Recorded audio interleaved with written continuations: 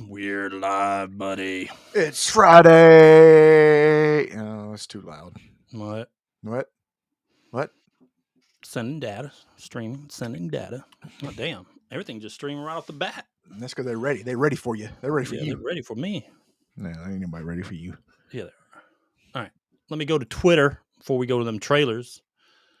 You can see Elon dancing around with a chainsaw. Yeah. All right. Let's quotes live now. Hashtag. Well, what's the reasoning for that? Is it like symbolism for he's taking a chainsaw to the government? Is that what? Yeah, something like that. Oh man, something like that. Granty Poo. Yeah, don't call me that. Why are you gay? Why are you gay? All right. Let's see. Let's go to YouTube. YouTube.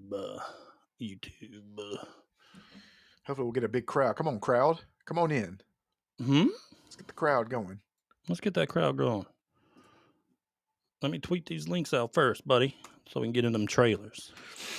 Oh, man. Today's going to be a good day.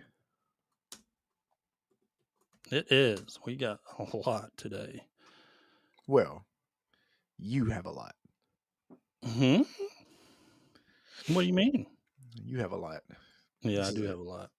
We'll explain that at the beginning. Yep. All right. That's tweeted out. Let me go to Facebook. Grant. Let me go to that Facebook, Grant. Well, you go to that Facebook.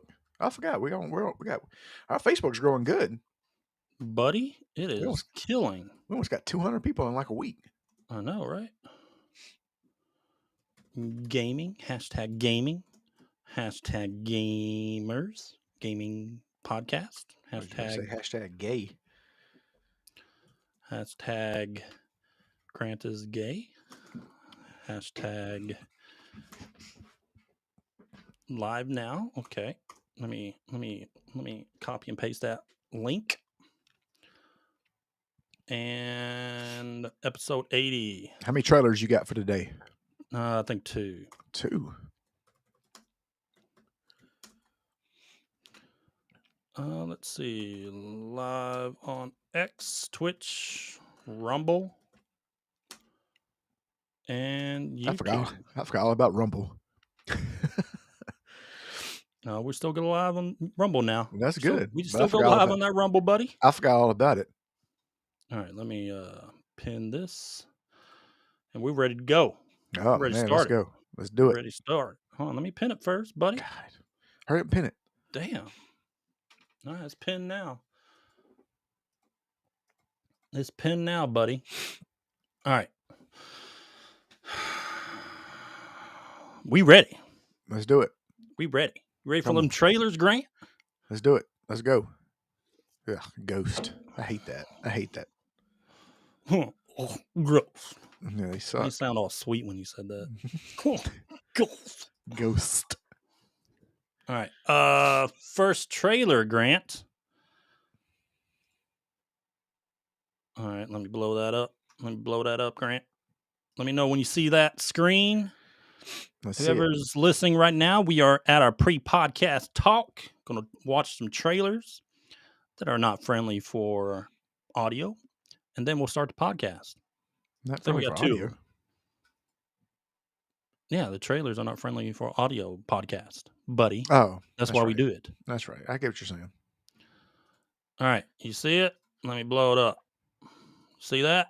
I see it. Oh, snaps. This is Dreadzone.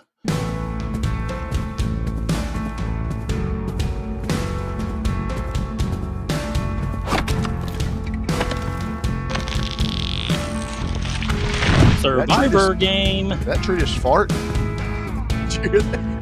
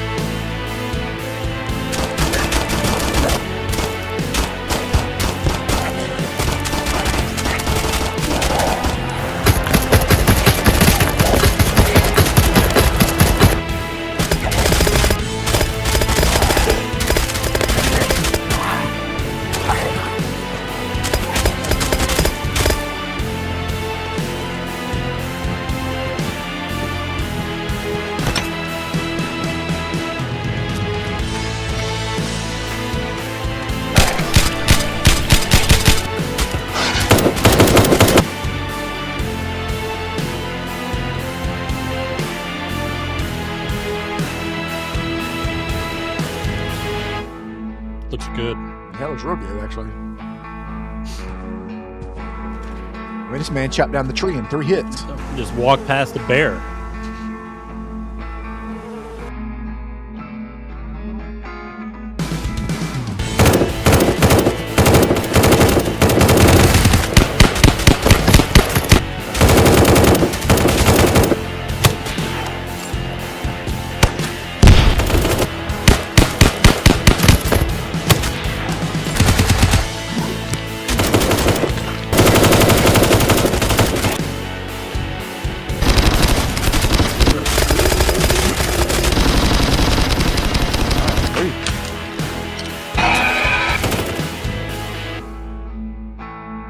So is this game online?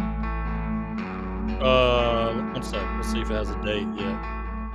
No date. No, I'm saying like it's an online game. I'm assuming it's going to be a survival horror game. You know those survivor games that you have the servers and stuff? Yeah. That's what they usually are. Okay. That's pretty cool. But the sound effects for those guns were spot on. I liked it. They were really good. Also, and I like the creepy, like at night, like you walking around like that, dude. I like that. Graphics are good too. Those zombies go down easier than the ones in Resident Evil 2. Yeah. That was a fake laugh. Yeah, it was. You didn't even smile. All right. But yeah, Dreadzone. Looks good. It looks base building, crafting probably weapons or. I mean, that guy he mined that boulder in 1 hit. Yeah, and just walk past that bear. Got that mad aura. That bear knew. Mm-hmm. All right. Next trailer, Grant.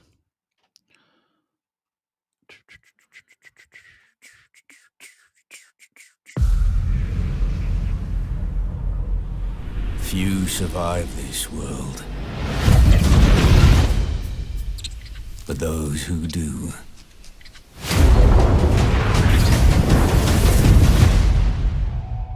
awaken.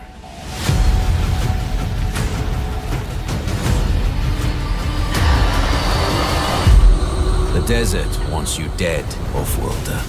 If the sands don't take you, the storms will swallow you whole.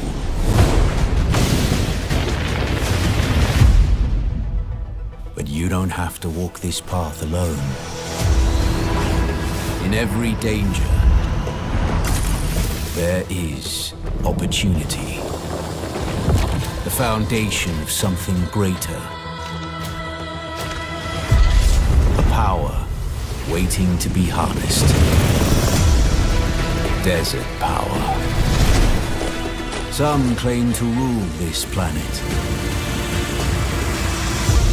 But Arrakis is yours to explore. To fight for. To conquer.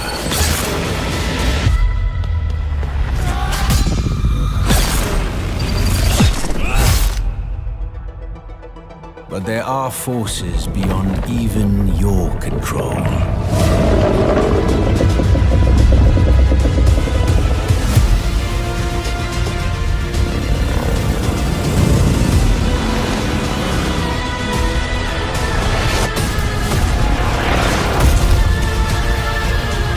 Master Arrakis, and it will open your mind.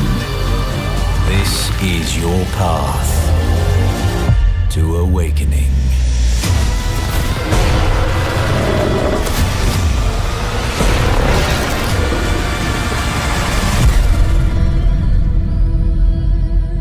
That looks good, man. Yeah, Dune Awakening, that's the official release date trailer. So that's 2 survival games in a row from the looks of it. But yeah, this one actually looks, I mean, I've been actually wanting to play this one. It looks good. It looks real good. But I don't know. Have you seen the movies yet? You said you were going to watch them. Have you seen them yet? No. They Yeah, made movies? Yeah. You got to watch them, dude. They're Poser. pretty good. I'm a poser. That's what you say. Pretty good. Pretty good. All right, Grant. Surprised it doesn't have Pedro Pascal in them. I had to actually think for a bit. No, it doesn't have him. Because him and Zendaya are like in everything. They are. All right, Grant, are you ready for that podcast, buddy? Let's do it. Ready for that podcast. Let me tweet them out real quick again before we go live with the official podcast. Let me pin that. Again? No, I didn't mean to repost that. Grant. All right. Now we good.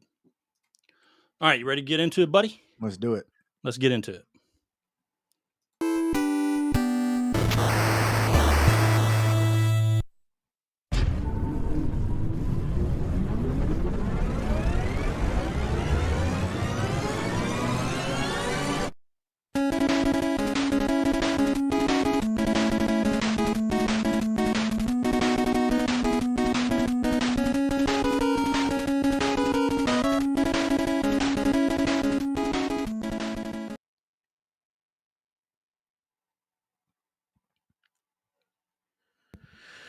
What's going on, everybody? It's your boy Grant Rolling here with the DMG Gaming Podcast. And as always, I am joined by the man whose review is the only one that matters.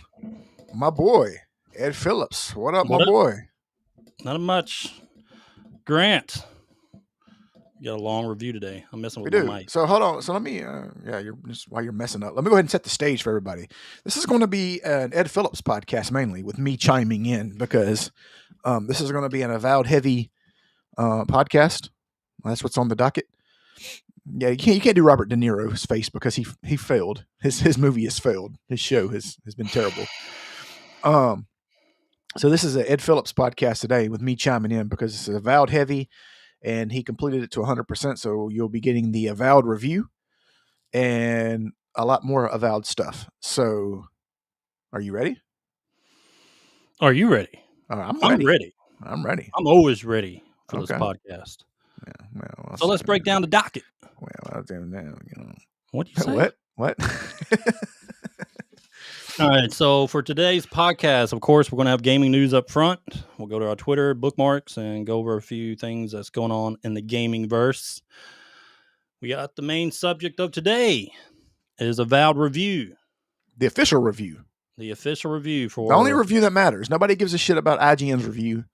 Nobody cares about PC Gamer's review. Nobody cares about GameSpot's review. This is the only review that matters. I have played the hell out of this game. All right. And the reason why it matters, hold on, let me explain the reason why this matters. Is because you have 100% of this game.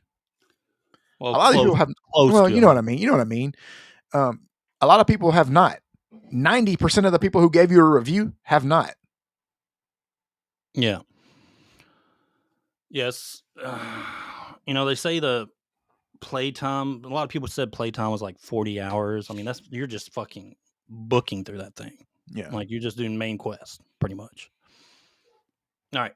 Then we got our top 10. We got a Disgruntled Gamer Rant, which is subject of the Disgruntled Gamer Rant today is the consequences of overhyping games. Mm-hmm. Overhyping games. Pretty sure we've mentioned that somewhere. And multiple podcasts, actually. Yeah. And the top 10 is going to tie into Avowed review. Mm-hmm. And we got a game Gambit. Is it still called the game Gambit? Yeah. We're still calling it that? Yeah. Well, or you can call it the best and worst games you never heard of. We'll figure it out. We'll just wing it. Let's call it a game Gambit. Whatever sticks. The game Gambit. All right.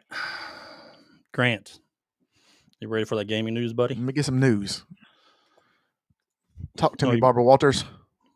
What do you call me? Mm-hmm. Mm-hmm. All right. Oh, God. Look at that. First thing you pull up. Just two cuties staring at each other. I didn't even have that bookmark. That's Xbox UK. Oh, Lord. They're going to run this into the ground, aren't they? They are. All right, let's pull this up real quick. Oh, yeah. Yep. Grant. There we go. All right, so to break down Elder Scrolls 6, from what we are hearing and what everyone else is hearing on the interweb, is the game's going to be set in Hammerfell and High Rock, if anyone knows those. And there will be 12 to 13 main cities. I mean, this sounds a little bit like Skyrim. Maybe a little bit more, I think. This game's going to be enormous. Like, I'll just go ahead and tell you. I'm going to have to get a whole new hard drive just for this game. I mean, they've been working on it for a while, buddy. Oh, man. You're going to have to get, I'm going to get like a various 600 islands to gig. explore, underwater exploration. Dragons will return. Naval battles. That's pretty cool. Shipbuilding inspired by Starfield. So you got that little, how in the Starfield you had your ship customization that you could do. You'll have this for shipbuilding. Fortress and village building inspired by Fallout 4. Okay, so you have base camps. And the progression system will be changed, abandoning classes for a more natural system. Okay. I don't know about that one. If it's going to be natural or not, or just not liked. All right. But maybe they're looking at some of the mods that came out, like, hey, you know what? That's a really good mod someone created. Let's copy that. Yeah. Hopefully that's the case. The game will be more immersive, so you can go ahead and expect your regular, you can kill people in cities, steal, but I'm assuming they're going to add a little bit more to that immersion. That's going to be me. Yeah. Okay. Sure. They call me the main marauder. Oh, yeah. Outlaw. Oh, yeah. They call you the Outlaw King. Same like in real life. No, you don't. All right. Fast loading times. Okay, cool. The game might be at the Xbox Showcase in July of this summer. We'll see. FTC leaks had the game set to release in 2026 at the earliest. Don't see it. Do not see that. Yeah, I don't see that. Maybe. The game has only been confirmed for PC and Xbox so far. Okay. They were smart. That's the only thing they're releasing on. But we'll see, man. But your buddy will come in and save the day for everybody. Oh, Phil. Let me ask you a question. I was reading this earlier today. Do you think this game's too big? I mean, there is such thing as that, right? I mean, like too much shit to do. You mean the new Elder Scrolls? Yeah. I'm saying, it just seems like it's too much. Listen, man, if they can hit Skyrim's feel and have it next gen, if they can just get Skyrim's feel, all encompassing feel, and be similar, people kind of want that. But make, your next gen, hey, what's going to be new, right? What's new to Elder Scrolls? They're going to add some cool stuff. For the, like they said in that tweet, was more immersion. Mm-hmm. It can't be too big. That's why people play these games. There's a certain amount of people that love these games. Oh, let me change the question. Not too big. Do you think there's too much shit to do that you can do? Like, you think it's over? Like, it's way too in depth. Is what I'm saying. Because I can see myself. I mean, I'm not complaining about it because I think that's great.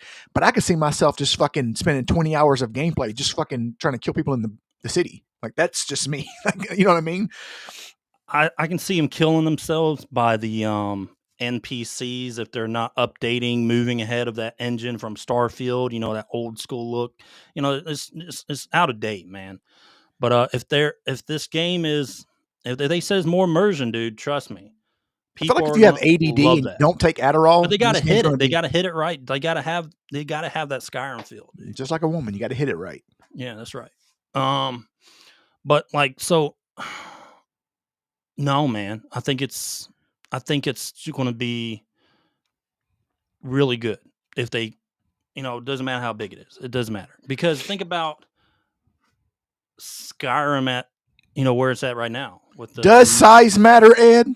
Does mods and stuff like that? Like, are the mods? Yeah, for games. Oh yeah, dude. Trust me. Skyrim. Yeah. But for like mods and stuff like that, you are going to get. Oh yeah, for Elder Scrolls 6. So I'm wondering, but Skyrim was a great thing for the developers because of all these great modders that came to the community and introduced stuff that the original developers didn't think of. That's true. So they're giving them kind of a blueprint for, hey, what can we add in this game? Yeah. But yeah, it has to be, though. It has some new stuff. I mean, you can't completely copy Skyrim, but it has to have like some, add some really revolutionary things in it. Yeah, for immersion. I agree with that. And I'm going to guess they're going to take some of those immersive mods that came out in Skyrim and maybe kind of, do their own thing. Yeah. All right. Next thing, Grant. GameStop CEO, reported by that Park Place, goes off on DEI and X posts as retail chain looks to sell off Canadian and French locations. Let's pull up that tweet. I kind of feel like he's complaining about the wrong thing, though. Like, don't get me wrong. I feel what he's talking about. But, like, how about you shut down because when I bring you a game, you want to give me $5 for it? How about you shut down because of that? What are you talking about, buddy? How about when I want an old game that's been out for 10 years, you're still charging me $39.99 for it? How about you shut down because of that? Yeah. But anyway, so the CEO email, this is what he tweeted. Email whatever GameStop.com if you're interested in buying GameStop Canada or Micromania France. High taxes, liberalism, socialism, progressivism, wokeness, and DEI included at no additional cost if you buy today. Oh, wow. So he's pushing back against DEI. He's kind of had enough of it. All right. I wonder if I brought him 10 PlayStation 5 games if I can buy it for that. He'll probably give me a Wendy's gift card and a high five. You'd like that too. You'd like that Wendy's gift card, wouldn't you? I'd probably take it. All right. Oh. So, Xenoblade Chronicles X coming out in March, the HD remaster or whatever it is. Mm-hmm. They're going to just male and female body type. Uh-oh. I wonder what happened. Probably because they realize all the body type A and B is fucking silly. Garbage. Just call it what it is. Call it what it is. Male and female. All right. Let's move on. Let's see what else. Oh, buddy. This got me excited right here. So, here, let me make that a little bit bigger. All right. George R.R. Martin says talks are happening about making Elden Ring the movie now. How about he talk about finishing his book? No, man. He has to have another project to work on before he finishes that. That book's never getting done. It's never getting done. He's never finishing. Like Game of Thrones has been over for it's going on 6 years. But I'm actually excited. I'll take it. I mean, that's cool. I'll take an Elden Ring movie. But I feel like anybody who's got 3 pages written of his final book should be like Stephen King will come out with 6 more books before George R.R. Martin finishes with the last book. Yeah, but about 90% of his books will be trash and probably have some type of pedophilia involved. Well, I'm sure. Well, yeah, that's a given. But the fact is like everybody else is cranking books. You know what he should do? He should give it to an Eastern developer to finish his book. Oh, yeah? That's what he should do. So? That's what he should do.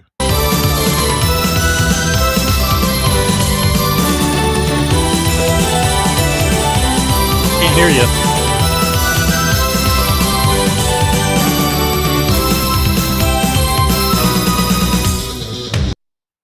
All right, that's Pugberto. Hey, what game is that? Go follow him on X. What? That's X versus I know. Zero, I'm playing off the last thing. God, I know what game that is. I was about to just click. Bye-bye. Kick me off. Look at that dude just burning everybody. That's pretty funny. I'll get to that later. Let's see. I bookmarked that. You can create games with the Grok 3. Really? Yep. Oh, yeah, I saw that too. I saw that little space game someone created. That's why I was confused. I was like, somebody tell me what's going on here because like I think they coded it with Grok. Yeah, they did. And they were using some other apps too to like copy and paste code into the AI.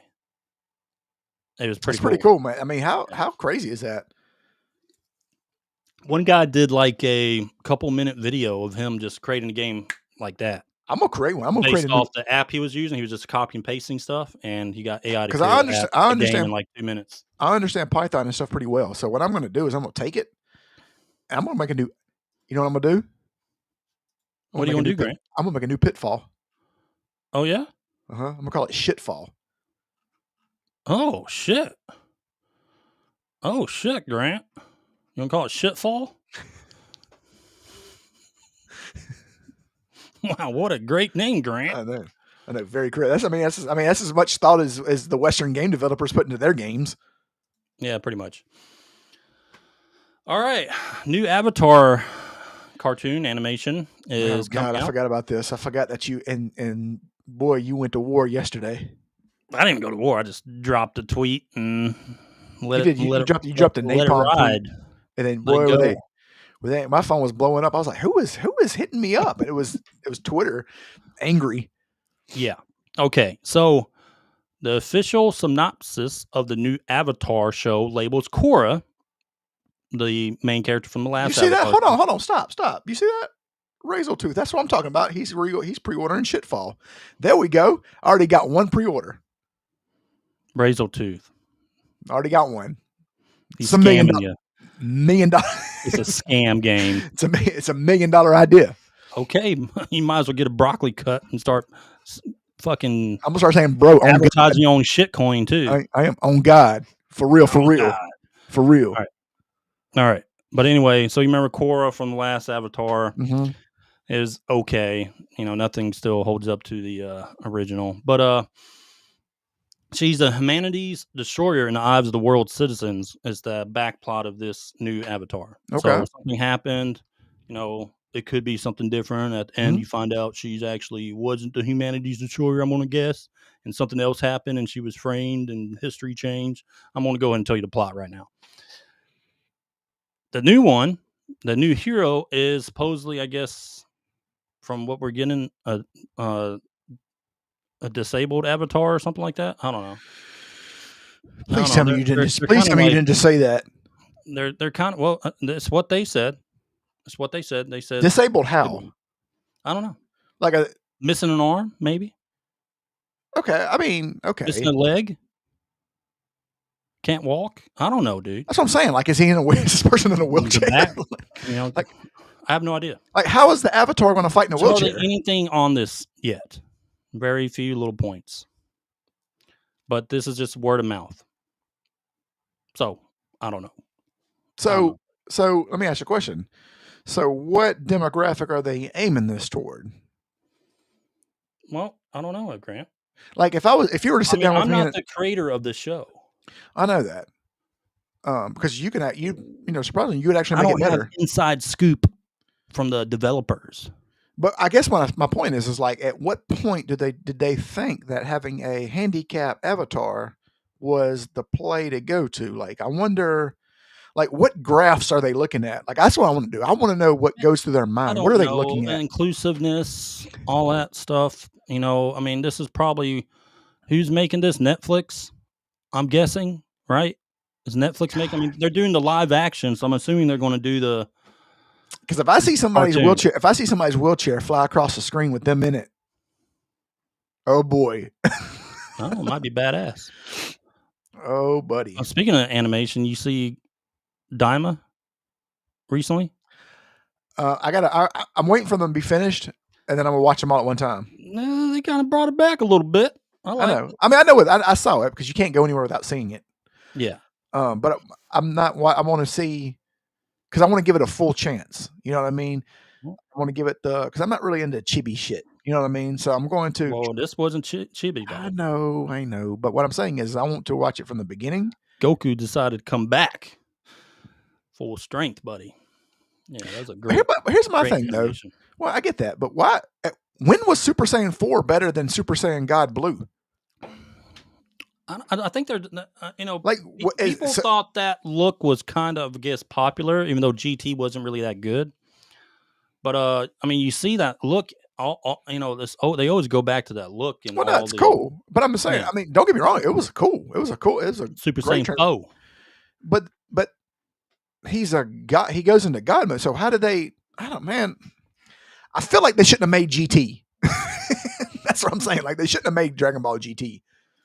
It really messed up the timeline. That's what I'm saying. They pretend like it doesn't exist. Kind of. Also, it's weird because like I'm supposed to believe that the Super Saiyan 4. Canon. Yeah. Well, no, I'm supposed to believe that the Super Saiyan 4 is more powerful than the Super Saiyan God Blue, right? Or the Ultra Instinct. Why would you not go that? Doesn't he have Ultra Instinct? Oh, that's right. This is before that. It's before that. That's right. Okay. That's my fault. I forgot. It's before that. It went back in time, buddy. Okay. That's right. I forgot. This is before he meets Whis and all them. Yeah. All right. Next piece of news. All right. Marvel's head of TV says the company is exploring ways to reunite Daredevil with Jessica Jones, Luke Cage, and Iron Fist, better known as the Defenders.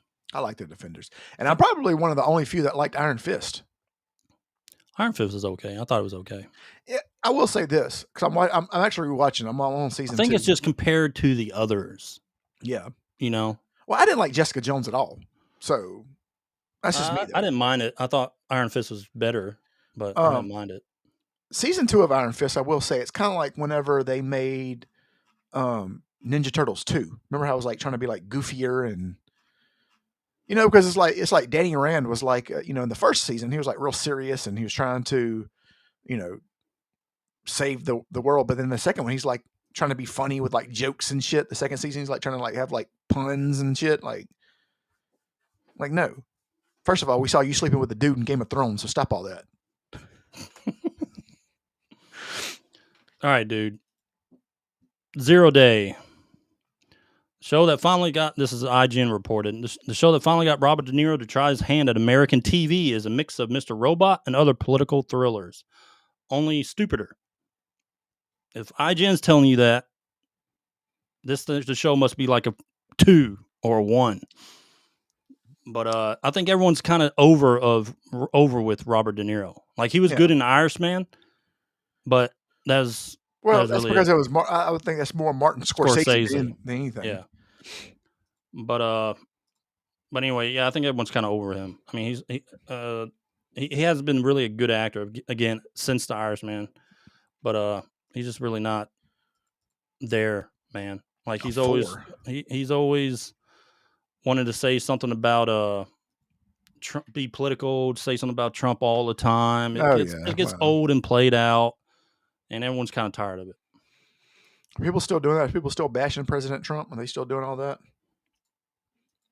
I mean, that's going to be nonstop, buddy. I know. I mean, what are you talking about? What I'm saying is like people. That's nonstop. I can't believe people still waste their time doing that. Like they're like you're not making a difference. Get over it. Yeah.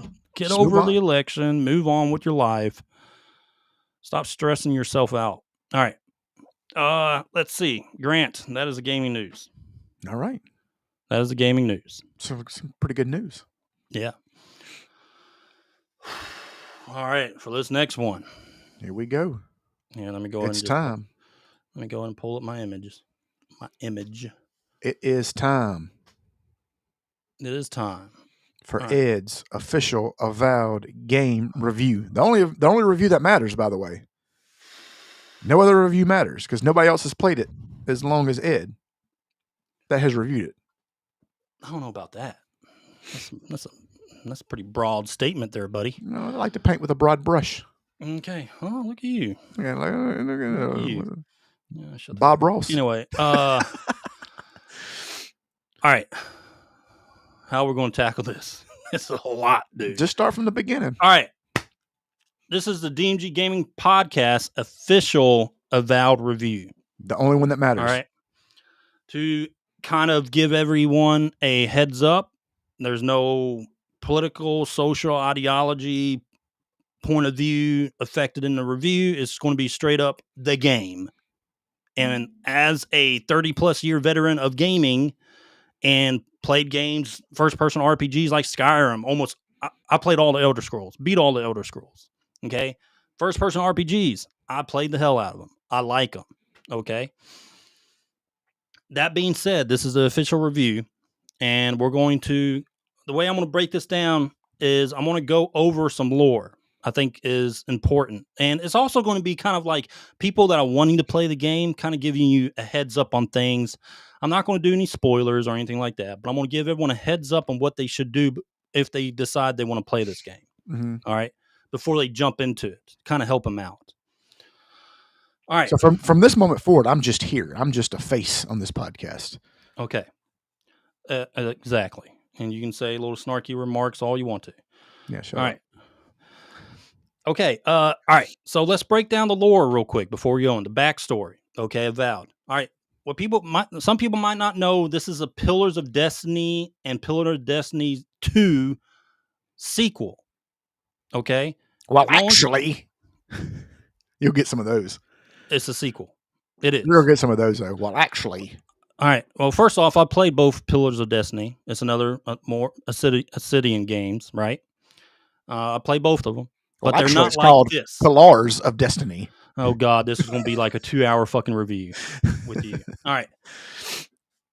So let's break down Pillars of Eternity 1. I want to give you kind of a summary of the story, a backdrop, and kind of then go into, again, Avowed. And kind of so I can explain the story and what, like, the impactfulness of what you do in the game and everything. And how it ties together. All right. So anyway, in Pillars of Destiny 1, you play as the Watcher. And everything I'm going to explain, you're going to see the similarities here.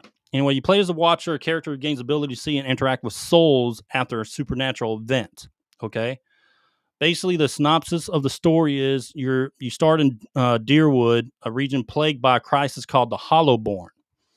It's where children are born without souls. Okay? Anyway, so you have these newfound powers in the game.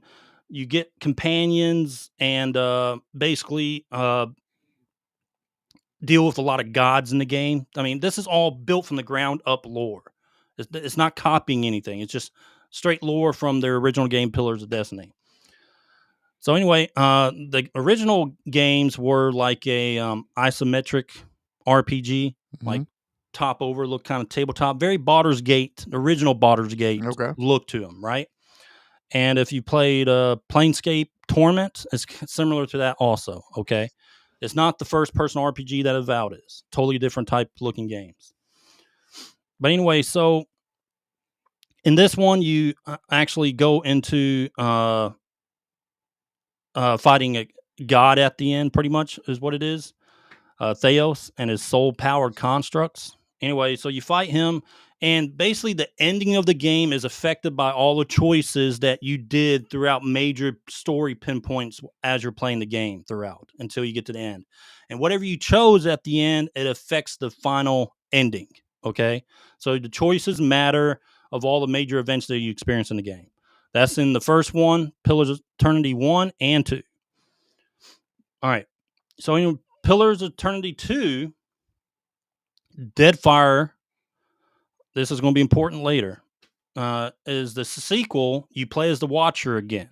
All right. Same thing, companions, and except this takes place in the Deadfire Archipelago. Okay. And basically what you do here is, again, you reprise your role as the Watcher. You're now tasked in pursuing Aethos, which is a god of light and rebirth, who awakened a colossal statue buried beneath in the stronghold. And basically what he does is he aims to disrupt the cosmic order by shattering the wheel, which is also an important term. The wheel is basically the mechanism in the game, in the lore of the game, that basically governs the cycles of souls in Eora, which is the main world that the game takes place in, Eora. All right. But anyway, that's the god, and he wants to destroy the wheel. So souls cannot basically cycle through. Like usually, like think of just after death, a soul going to wherever they belong, right? He wants to destroy that.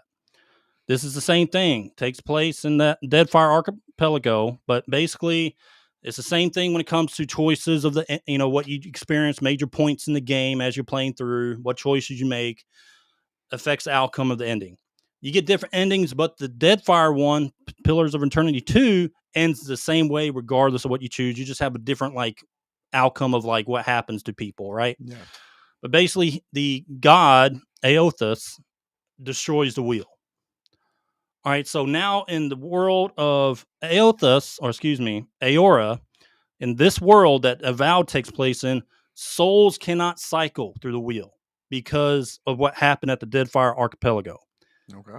So when you approach this game, that's some good knowledge to have, because you're going to be seeing you're going to be like, what the fuck is all this? Right? Because in the game, when you're doing dialogue, they have a lore option where you can press a button and it brings up what these words mean and what the backstory were, some of the words, the different gods and all that stuff. Okay. But just know the wheel has been broken as you enter this game. All right.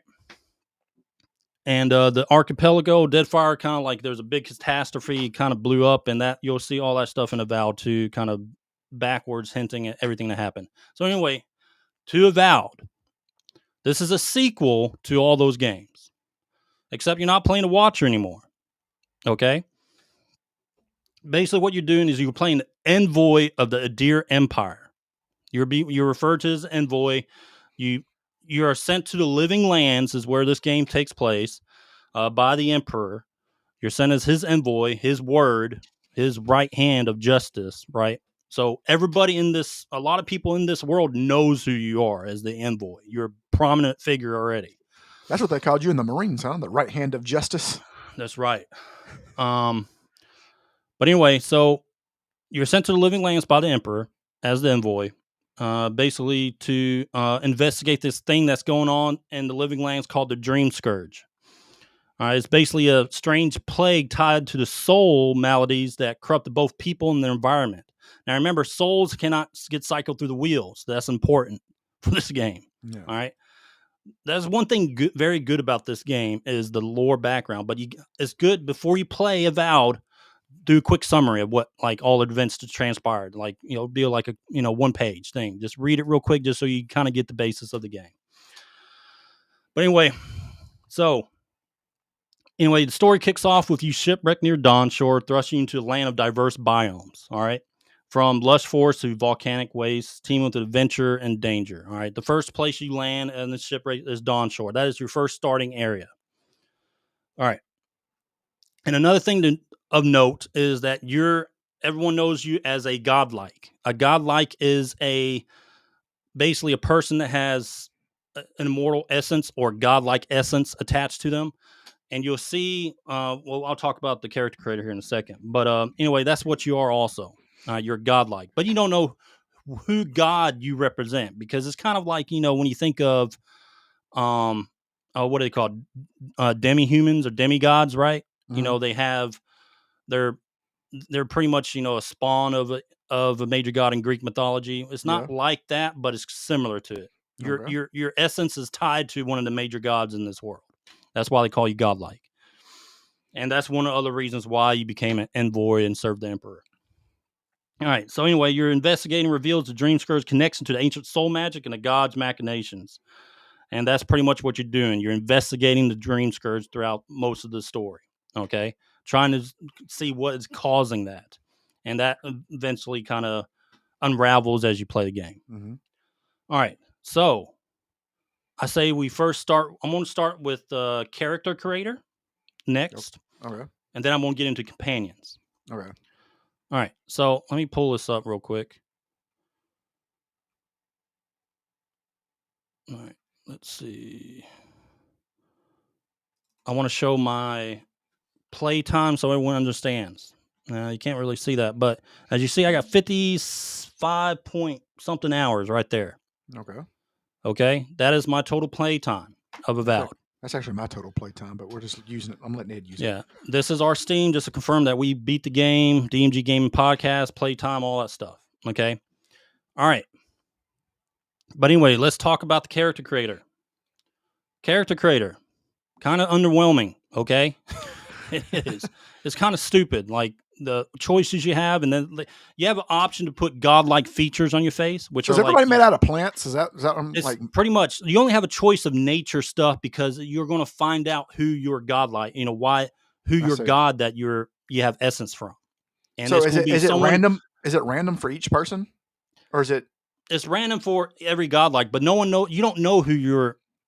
Basically what essence you have, what god you got your essence from. What I'm saying is it the same for everybody, or is it random? Is there a bunch of them that, like, if I played it, mine going to be different than yours? You pick your godlike feature. Okay. But they're all going to revolve around nature. They just have different looks, but it's going to be around nature because there's a reason for that. They made them look stupid in some things, like the mushroom all over the face. Yeah. But anyway, so it's very underwhelming. The godlike features, I just turned them off. I didn't want to they look stupid. Yeah. They just don't look good. When I make a character, I want at least a decent looking character that represents me or something like that. I couldn't really do that. I look bland. I was trying to make a warrior, grizzly warrior with some cool features. You couldn't really do that. He's got like moss in his face. No, he doesn't have anything. I turned off godlike features at all. But if you choose to go with the godlike feature, whatever feature you choose is going to be basically impactful in the game when you're talking to certain NPCs. They're going to treat you differently depending on your facial features, whatever godlike feature you put on your face. But I just turned it off. I didn't care. All right. But anyway, so the game. All right. In this game, you have companions. All right. Let's go over the companions. I want to explain the companions a little bit and kind of what they do. All right. The first one you meet is going to be 𝐾𝐨. All right. Oh, God. Yeah. All right. I can't remember their name, but 𝐾𝐨 is basically his people also came to this island and created a settlement. His smile is unsettling. Yeah, separate from the Empire. What you find is a lot of people refugees that came to the Living Lands looking to start a new life are trying to separate from the Empire. But the Empire is kind of putting their hands on things right now. But you meet 𝐾𝐨, this is your first companion. He's kind of like your melee tank type of companion. He has good voice dialogue. I mean, all the companions have pretty decent voice dialogue in the game. All right. Then your next companion that you meet is Marius. He's a dwarf. He's from Solus Keep. He's in the last area of the game. Well, I mean, you meet him in the second area, but is he like a child dwarf? Because look at that, like a child face. Yeah. So he's like your hunter. He can find treasure for you and stuff like that. Kind of ensnare stuff. A lot of nature attacks, and he's mostly range. But again, decent dialogue with him. But I'll go into that too later, and once we actually break down the review.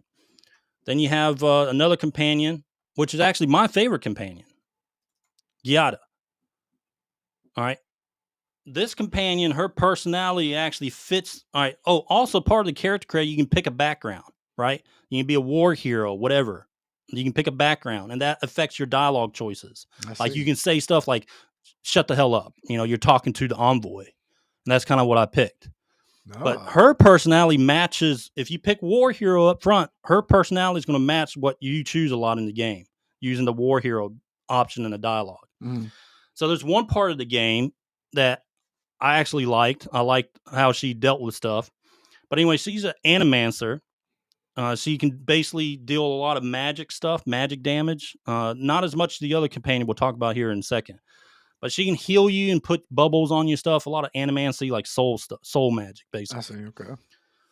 But anyway, so there's a part in the game in the second area. Once you save the city of 𝐿, if you do it right, and kill the reserves that are hidden in a cave for the 𝐟𝐨𝐫𝐿, which I'll explain who they are in a minute.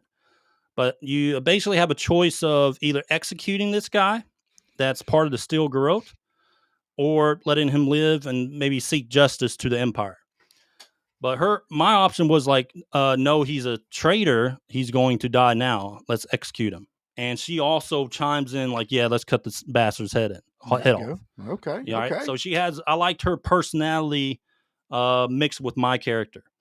So she's a good companion because she can heal. I mean, if you're playing a tank, just get her. You're never going to die. Is this one of these games where play it on the toughest difficulty, you will never die? Where you can screw your companion? No. You can't do that in your game. They hint at it on some things. All right, they hint at it, which I'll get to later. Oh, boy. All right. The developers came out and said you can't romance companions, when they did a sit-down. The truth is you actually can, even though they don't show it, but there is a romance option that ties to basically the story between you and that companion that lets you be like, yeah, we're together. So, yes, you can romance your companions, but you can't romance them all, at least from what I experienced. But I'll get to that later. All right, your last companion. Oh, boy. I can look at your face and see. Was this like a mushroom? Your last companion is a furry. Oh, God, that's a terrible looking thing, too. 𝐿 or 𝐿𝐿 or 𝐿𝐿, whatever. She's very over-sexualized companion. Like, that's all she talks about is Dune stuff, like dirty stuff the entire time. All right, she's a whore. Pretty much. She hints at it all the time. All right. But this is your main magic caster, offensive magic. All right. They can do magic missiles and stuff like that. This is your magic caster companion. Her special skill is that she can actually She's like, you want to see my magic missiles? I'm going to shove them up my ass. She can actually find hidden magic objects that are protected by a barrier and uncover them, and you can find, treasure that way. That's her special skill as a companion. All right, so those are companions. All right, so let's do this. Let me go back to my images. We got companions, breakdown. Okay, I want to talk about this too. Let's do this before we go into the actual review. All right, so this is Obsidian's Entertainment's current staff right now. They have 285 plus staff. And I remember, this is how many people worked on the games, as you see right there. All right, that's how many people worked on them. All right, founded in 2003. They have almost 300 employees. All right. Just wanted to put that out there real quick before we get into review. And there's a reason for that. There's something that's going to tie into something later. All right. So let's do this. Let me wrap up the story real quick. Anyway, so the main focus of the game, again, you're the envoy. You go out for the Emperor to investigate the Dream Scourge. You meet your companions. You meet a lot of people, NPCs in the world. And the way the game's set up is in 4 different areas. It's not a full open world game. You go basically a sandbox area to a sandbox area to a sandbox area to a sandbox area. And there's only 4 of them. So don't think you're playing it like Skyrim, which is fully open world, and you have instances like caves and stuff like that. It's not like that. All right. But the areas are they're a decent size. Each one is. There's a lot of exploration that you can do to a certain point. All right. Now, let's break down the game. I'm going to break down different aspects of the game that's going to eventually lead to the accumulation of my score. Okay. All right. So let me go pull this up. All right. Let's start with the story. We're going to begin the official Avowed review right now. We're going to start with the story, what I thought about the story.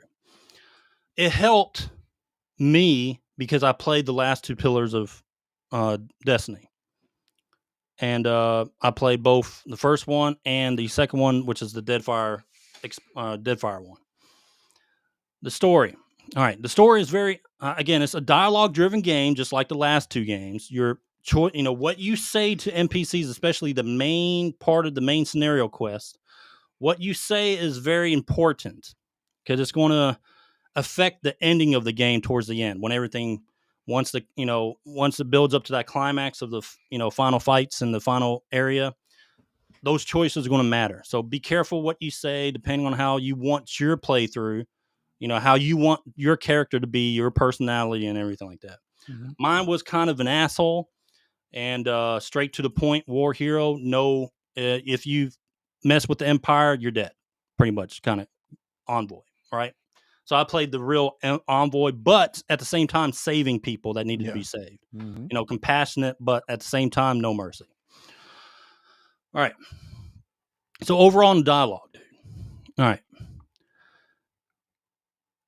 It's a good setup. Like for the story's good. Again, being able to play the last, games kind of help with that. And they do have the option of looking at lore at the dialogue when they mention major words and stuff like that. You can look at the lore in the middle of the dialogue. But the dialogue, like halfway through, dude, I don't know what it is. Like the story's okay. There's certain points of the story that's okay. But a lot of the dialogue, you're just like, shut up. Yeah. Like let's move on. Click the button. Let's speed up. Let's speed up the dialogue. I don't care what they're saying. And then let's say you get to the 3rd area. You'll play halfway through, skip through all this crap dialogue, and then they don't have something good, like a cool event or something like that, and then you'll listen to it. But it's very tiresome. Like it's the dialogue is not, I would say, engaging. Mm-hmm. A lot of the times you're going to be skipping through a lot of dialogue that you really don't care about. So, I mean, you can say it's kind of comparable to Dragon Age dialogue halfway. Once you hit that halfway point, you start not caring about it halfway through the game. And being the guy that liked the last 2 games, and I kind of like the lore of the last games, it's kind of like they just didn't grab me. like they did the last 2 games. Maybe because it's just a different type of game. I don't know. But a lot of the backstory, I just didn't care. There's nothing I didn't already know, or it was just a bunch of like regurgitating the same things and kind of not meaningful interactions with people when it comes to dialogue, like your companions and stuff like that. Not a lot of meaningful stuff. Only in the major parts of the scenario, the main quest, there are some pretty good dialogue portions. Okay. So again, I just stopped caring. That's kind of the story, what I felt about the story. It kind of was like pulled me in. I didn't care. Skipped through. Pulled me in again. I really didn't really care much about it. All right. So next, let's get to graphics. All right. The draw distance in the game is amazing.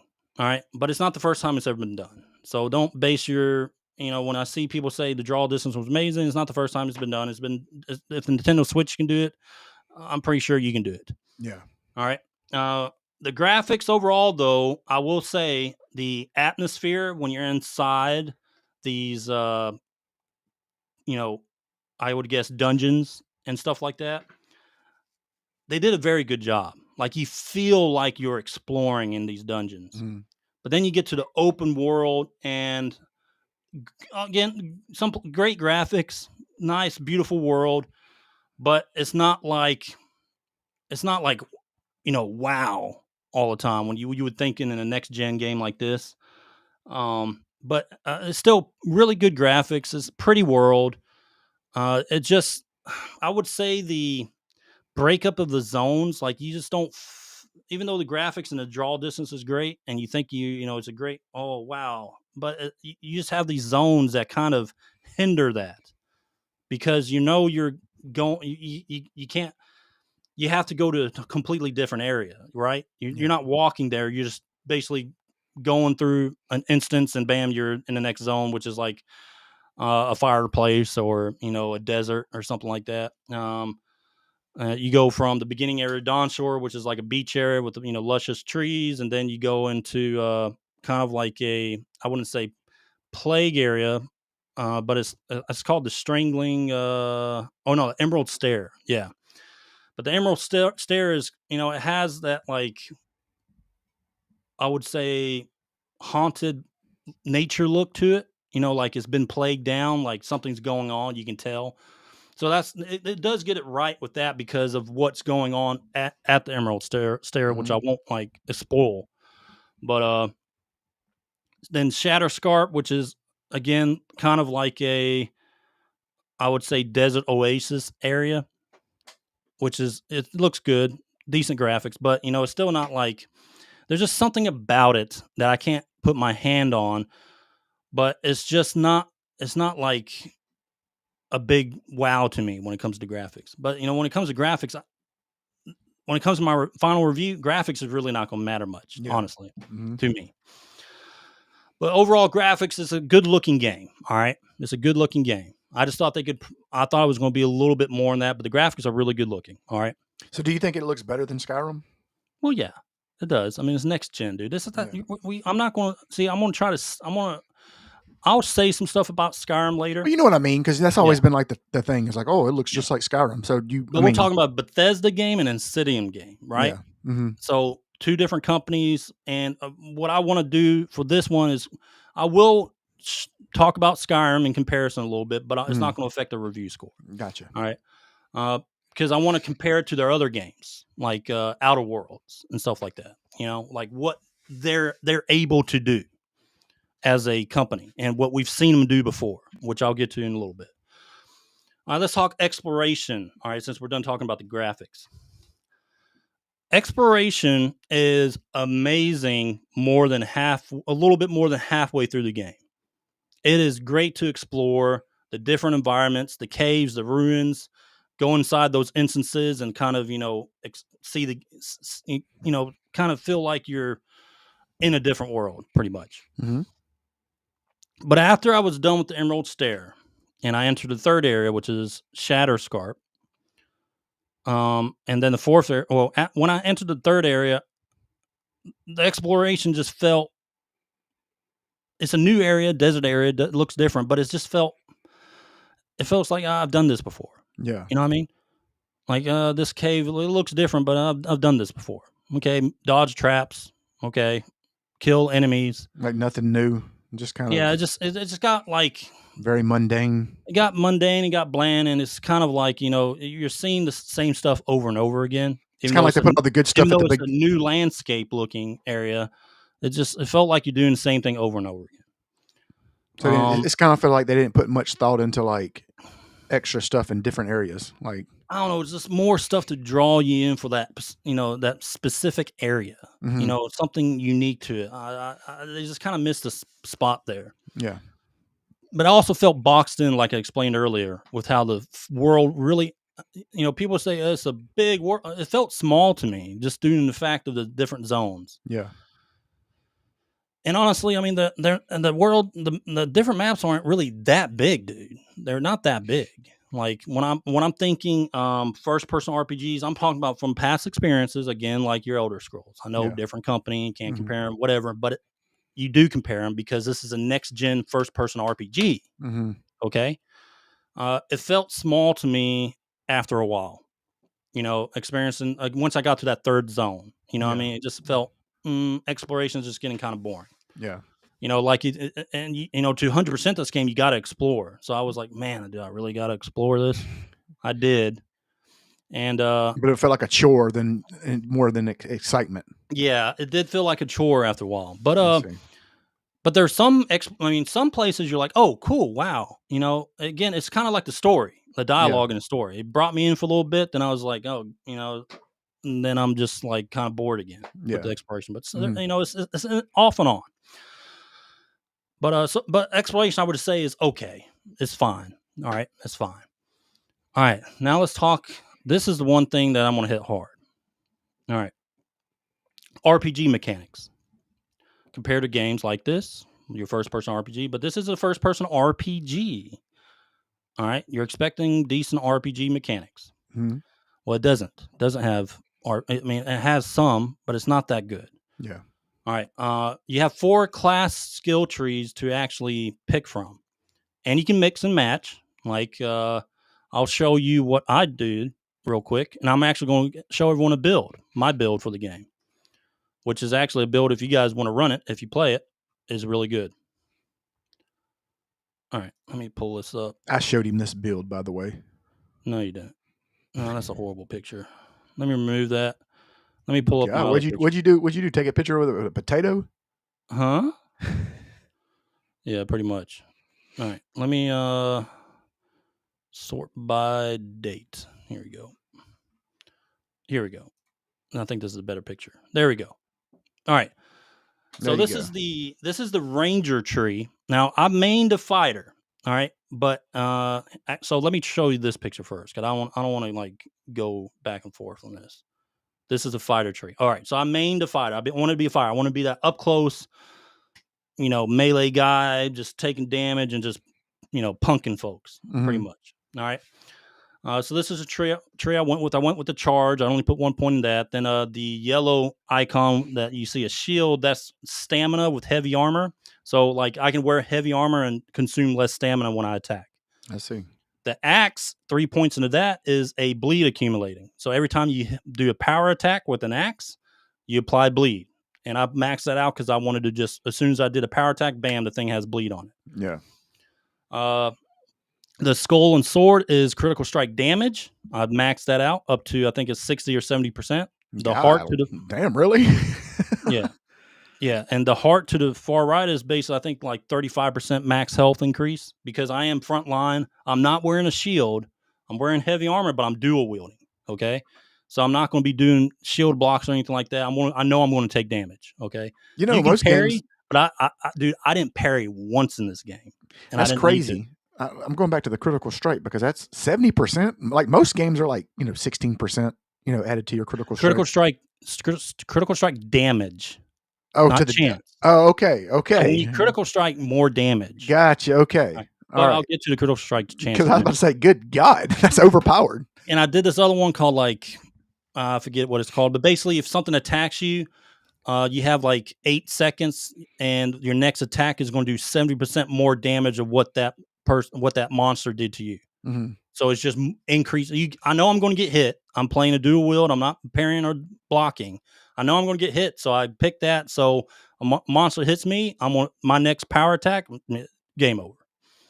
That's crazy. And that's all I went into the fighter tree. Okay, that's all the points I needed to go into. All right, now the ranger tree I mixed because this is really good. This is a great build because they're very complementary of one another. So in the ranger tree, what I did was, you see the one with the axe, sword, and the mace? That's one-handed damage, and it goes up to 50% increase for one-handed weapons. So a flat base increase of 50% more damage with one-handed weapons. I'm dual wielding now, okay? And the other one I put in, that's my latest point right before I completed the game. That's basically just giving me every power attacks with swords. I'm increasing the power attack by like 25% more damage. All right, but then you see the skull with the arrows shooting up, the red skull down here? Mm-hmm. That is your critical strike chance. That's 20% maxed out. Oh, God. Yeah. And then I did so I have the charge. It's not too bad. But I also have like gear that gives me critical strike chance. I have like a 65% critical strike chance. I'm just killing things, dude. God. But the main skill, you have charge just to close the gap, right? And put a little stun damage on enemies, but it's more to close the gap. The last skill I picked from Ranger, which is the actual skill you use, is called Flurry of Blows or something like that. But it increases your attack speed, stamina regeneration to max for 15 seconds. Jeez. Just mowing through things. Yeah, dude. That's crazy. So dual wielding, you attack really fast with two weapons. So I'm power attacking sometimes, like maybe on bosses, but when it comes to like regular monsters, I'm just swiping like it's just a lawnmower. That's all it is for 15 seconds. And then I only have to wait 10 seconds to use it again. God. Great build, by the way, if you like dual wielding, like in your face, just straight berserker. That's pretty much what it is. A lot of damage. All right. Anyway, so let me get rid of that.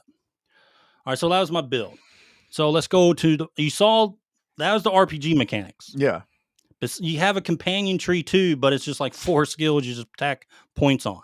And then you also get godlike powers that you have to find in the world or get them from main quest. It's kind of like it's kind of like Diablo 3, where it's like when you get your companion, whatever, you just give them like a... Yeah, you find them and you get them through the main quest, but they're godlike powers that add passives. They're really small percentages, but then you have some skills that can like heal you. You know, you have extra heal in there. You can use it.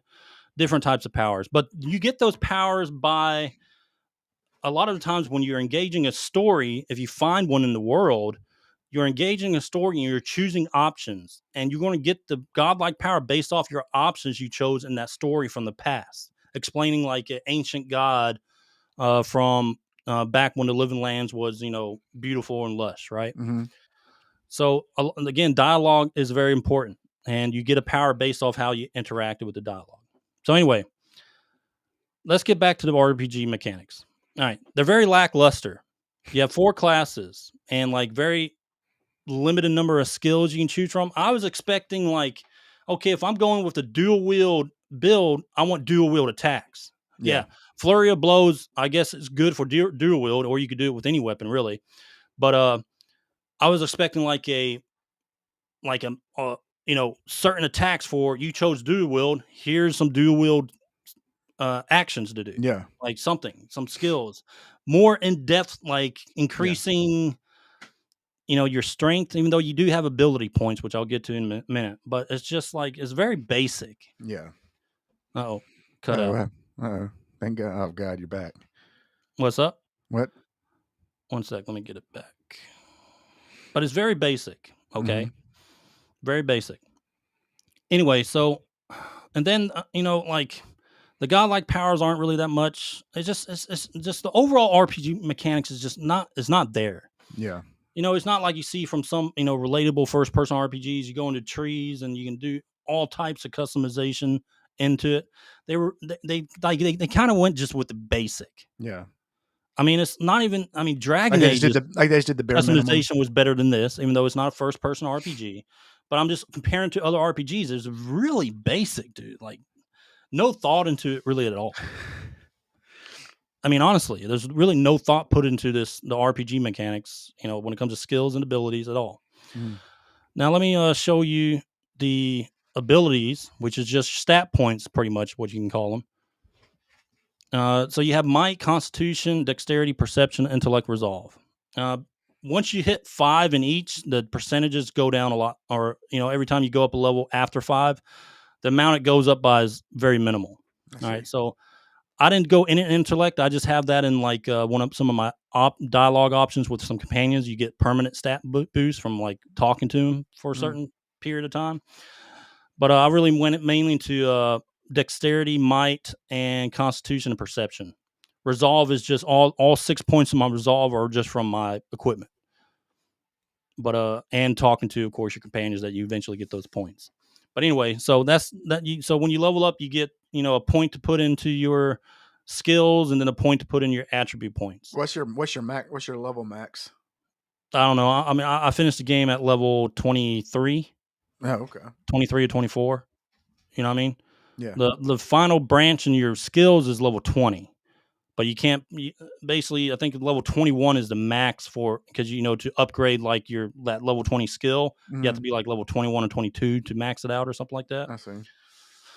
But again, it's just very, very bland customization. All right. Overall, when it comes to RPG mechanics. So that's probably one of the worst things about the game, I think. One of the worst things. All right, so let's get into combat and gameplay. We're about to wrap this up here soon. All right, combat and gameplay. Combat was a lot better than I thought it was going to be. Okay. What we saw from the gameplay trailers. Yeah. Combat is really fun for halfway through the game. Uh-oh. All right. Now, you can switch up. You can play all types of different builds if you want. You can reset your points. You could probably go into, equipping a two-handed gun or rifle, whatever, and a pistol and a one-handed weapon. You could do that. I kind of played with that. Can you dual pistols? Yeah. Oh, that's cool. You can dual wield anything that's one-handed. That's cool. And I played a little bit with the magic. Magic got kind of boring. So I went back to my two-hand build because it was just a lawnmower. And it's just more fun play style instead of sitting back there watching the same animations going over with magic. Yeah. And you're standing, you're not in the fight. You're watching companions do everything and you're just casting spells. I didn't like that play style. It's boring in this game. It is not that fun in this game. Magic is. There's cool things you can do with magic, like you can make yourself have a little ice aura, and you can walk on water, and the water freezes underneath it as you walk. Oh, that's cool. But I didn't need it because I had an axe called Drawn in Winter that I can just attack the water, and it turns into ice block. Oh, that's cool. So I didn't need it. So my two main weapons was here. I'll show you my equipment. Here it is.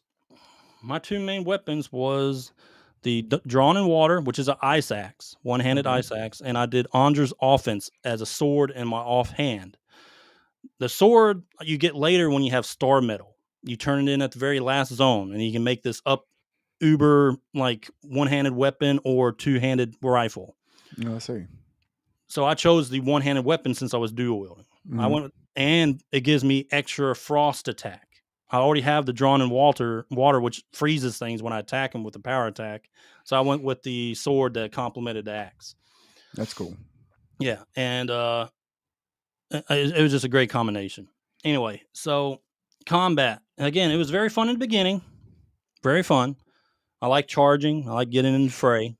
Power attack and stuff, watching. You saw me basically baseball bat hit things across the screen, right? Two-handed weapons, they're kind of fun too. But then everything just gets repetitive. I mean, again, you saw the skill tree, right? Yeah. Well, imagine like almost having majority of that besides some of your like level 20, maybe level 15 skills, but it's pretty much the same damn thing. Like now you're playing the rest of the half a game with just a couple more things. Well, let me ask you this, and I don't know if this is part of your review. How much thought do they put into enemy creation? That is part of my review. Okay. So I'll get to that. Okay. That's actually the next thing. All right. This is part of the combat and gameplay. Gotcha. All right. Okay. All right. So again, I mean, don't get me wrong. It's satisfying combat. You're not shitting on it. But you're only going to be satisfied up until, the first half of the game. And then it gets repetitive gameplay when it comes to combat. Still kind of fun because especially when you get higher, in the later areas, you get a lot more monster packs, right? And it becomes like a melee fest. It's just, and if that's why I showed my build because I want to show someone a fun gameplay style. Yeah. If they want to take it, you don't have to take it. Go magic or whatever you want. But it's a fun gameplay style, especially once you get to that third or fourth area and you finally hit level 20 and you're able to get Flurry of Blows, and you turn into a lawnmower. Yeah. It's really fun, but it gets repetitive. What you should do, I guess we probably should have told everybody who's listening to the audio only what your build was out loud, like how many stars into what.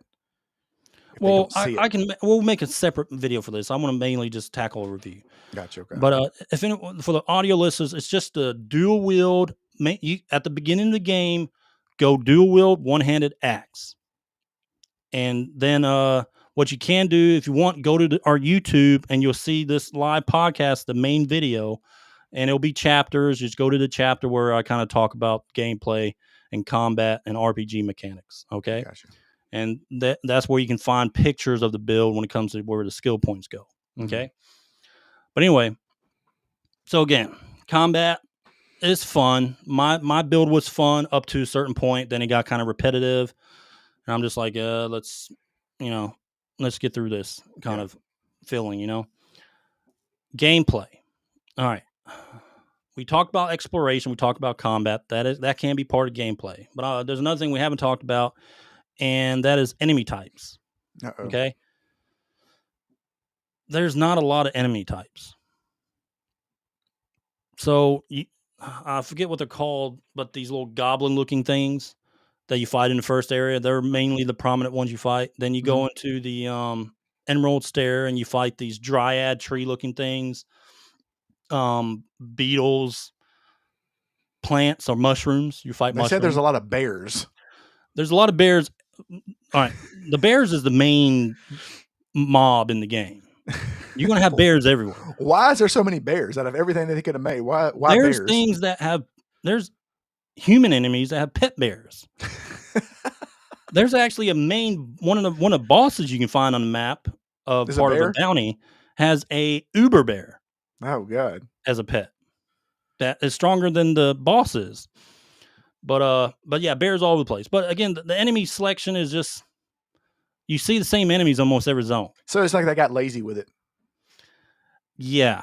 It seems like they just were trying to focus on other things, vice making, a lot of different enemy types.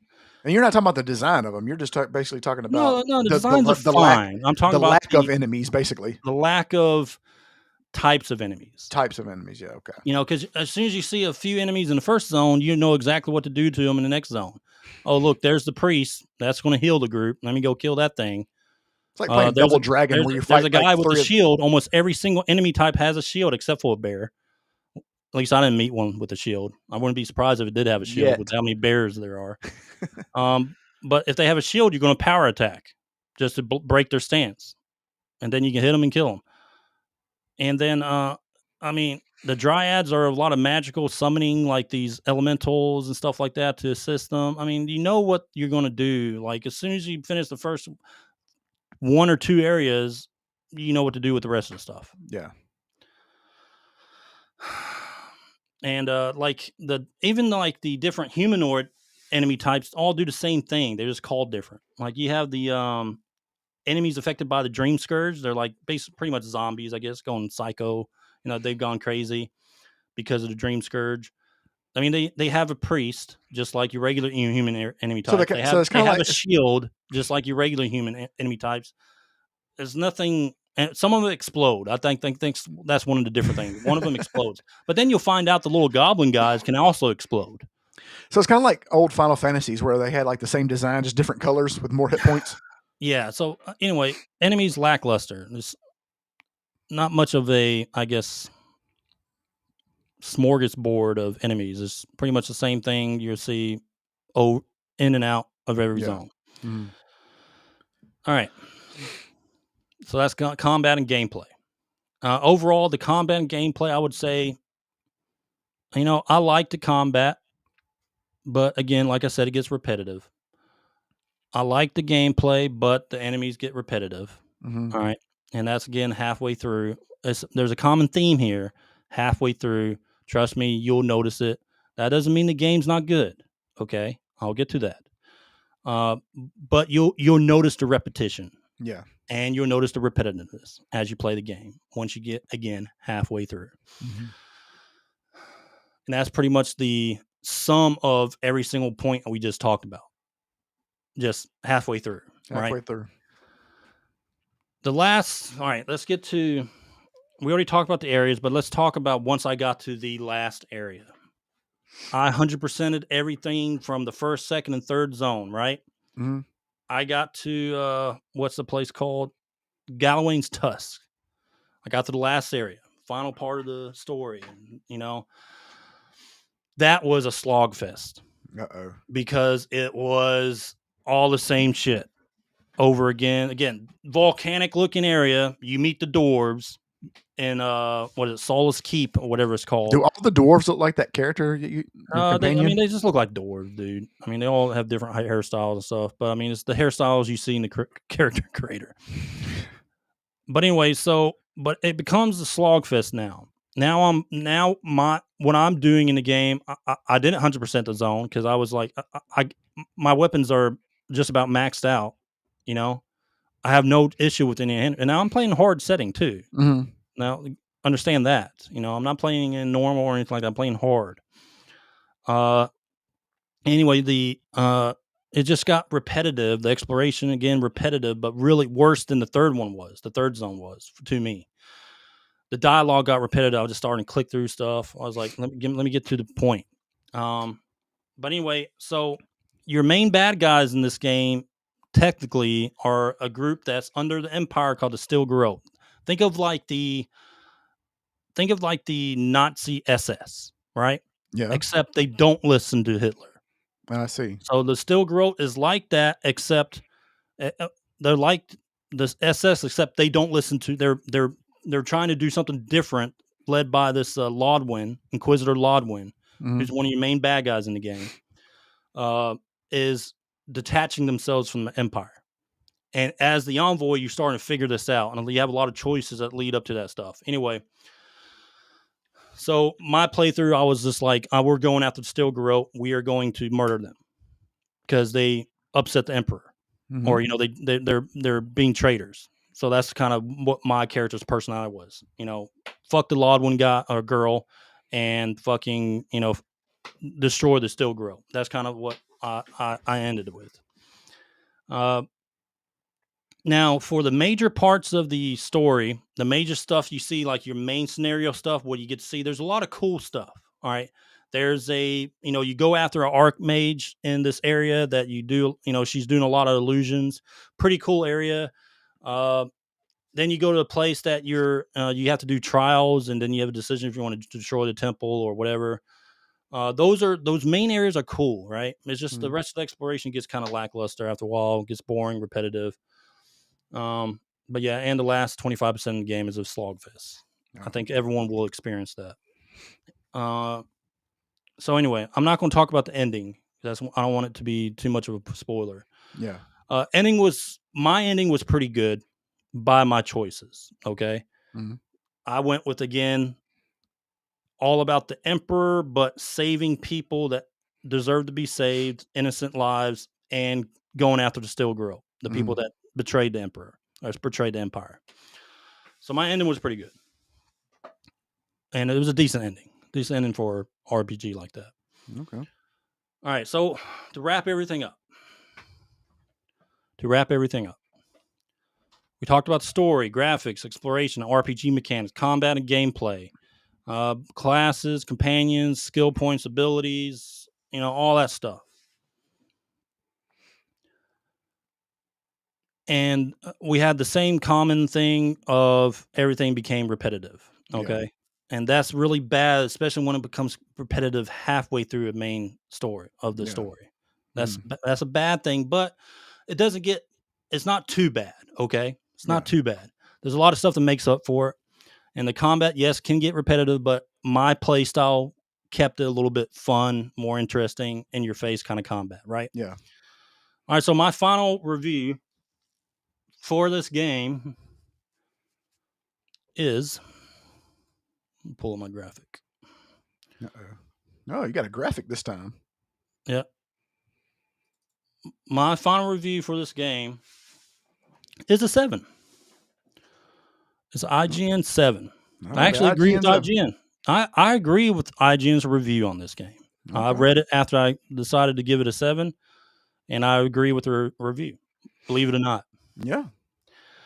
The game is a good addition to the first-person RPG genre. It's just good, basic, good RPG. That's all great. It's not great. It's not elite. It's not a masterpiece. It is not a masterpiece. For these guys that give these damn reviews for masterpieces for this game, it is not.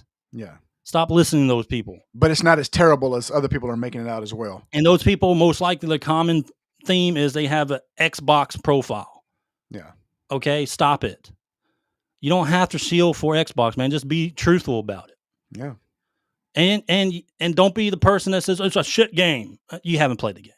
And that's a common denominator, right? Yeah. People that just completely shit on the game, 95% of the time they didn't play the game. They're going with a certain group, right? Yeah. Mm-hmm.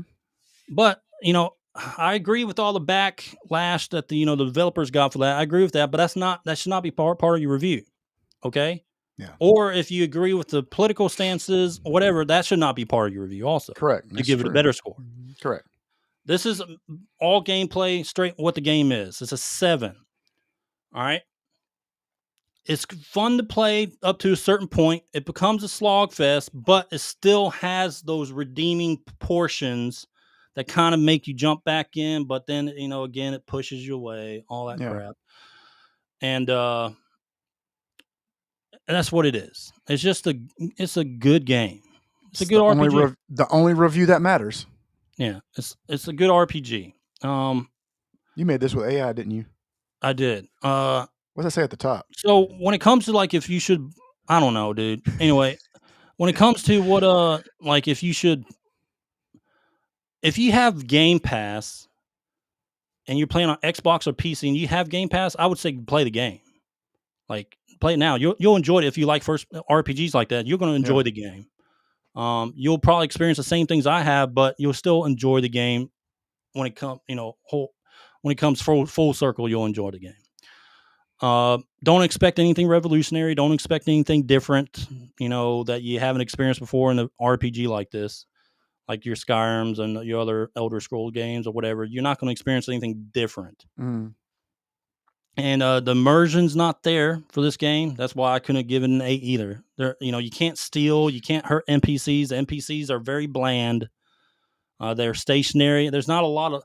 That's another thing. Part of the exploration gameplay, I guess you can say, is also the NPC. I mean, the world is not lively when it comes to the social aspect of it. When you see an RPG like that, you expect to see more things. Like more interaction with the NPCs. A bustling town, a port town, or something to make you feel more immersive. Yeah. But the overall, I would say, my thoughts on the game. Again, it is a good RPG. I think it's fair to say it's a good RPG because that's what it is. It's a good RPG. It's if you have Game Pass, again, play it. You'll enjoy it if you like these kind of first-person RPGs. I would not say. Right now it's $60 to buy it, right? Yeah. It depends how bad you want to play a first-person RPG. You know what I mean? If you're a huge fan of Skyrim, then yeah, buy it. You'll enjoy it, right? You'll enjoy it. But I mean, honestly, I'd wait till it goes on sale. If you don't own Game Pass, you want to buy it on Steam, wait till it goes on sale. Yeah. And buy it.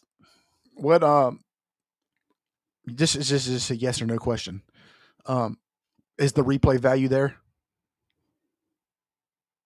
No. Okay. I'm not playing this game again. Gotcha. Okay. It doesn't take that long to 100% the game. Yeah. I didn't do it for the last zone, but that would just add maybe 4 to 5 more hours to my playtime, maybe. Yeah. Mm-hmm. You know what I mean? I don't want to replay this at all. I saw a review for replay value of 9 or a 10. No, Oh buddy. my god. It's a fucking 0.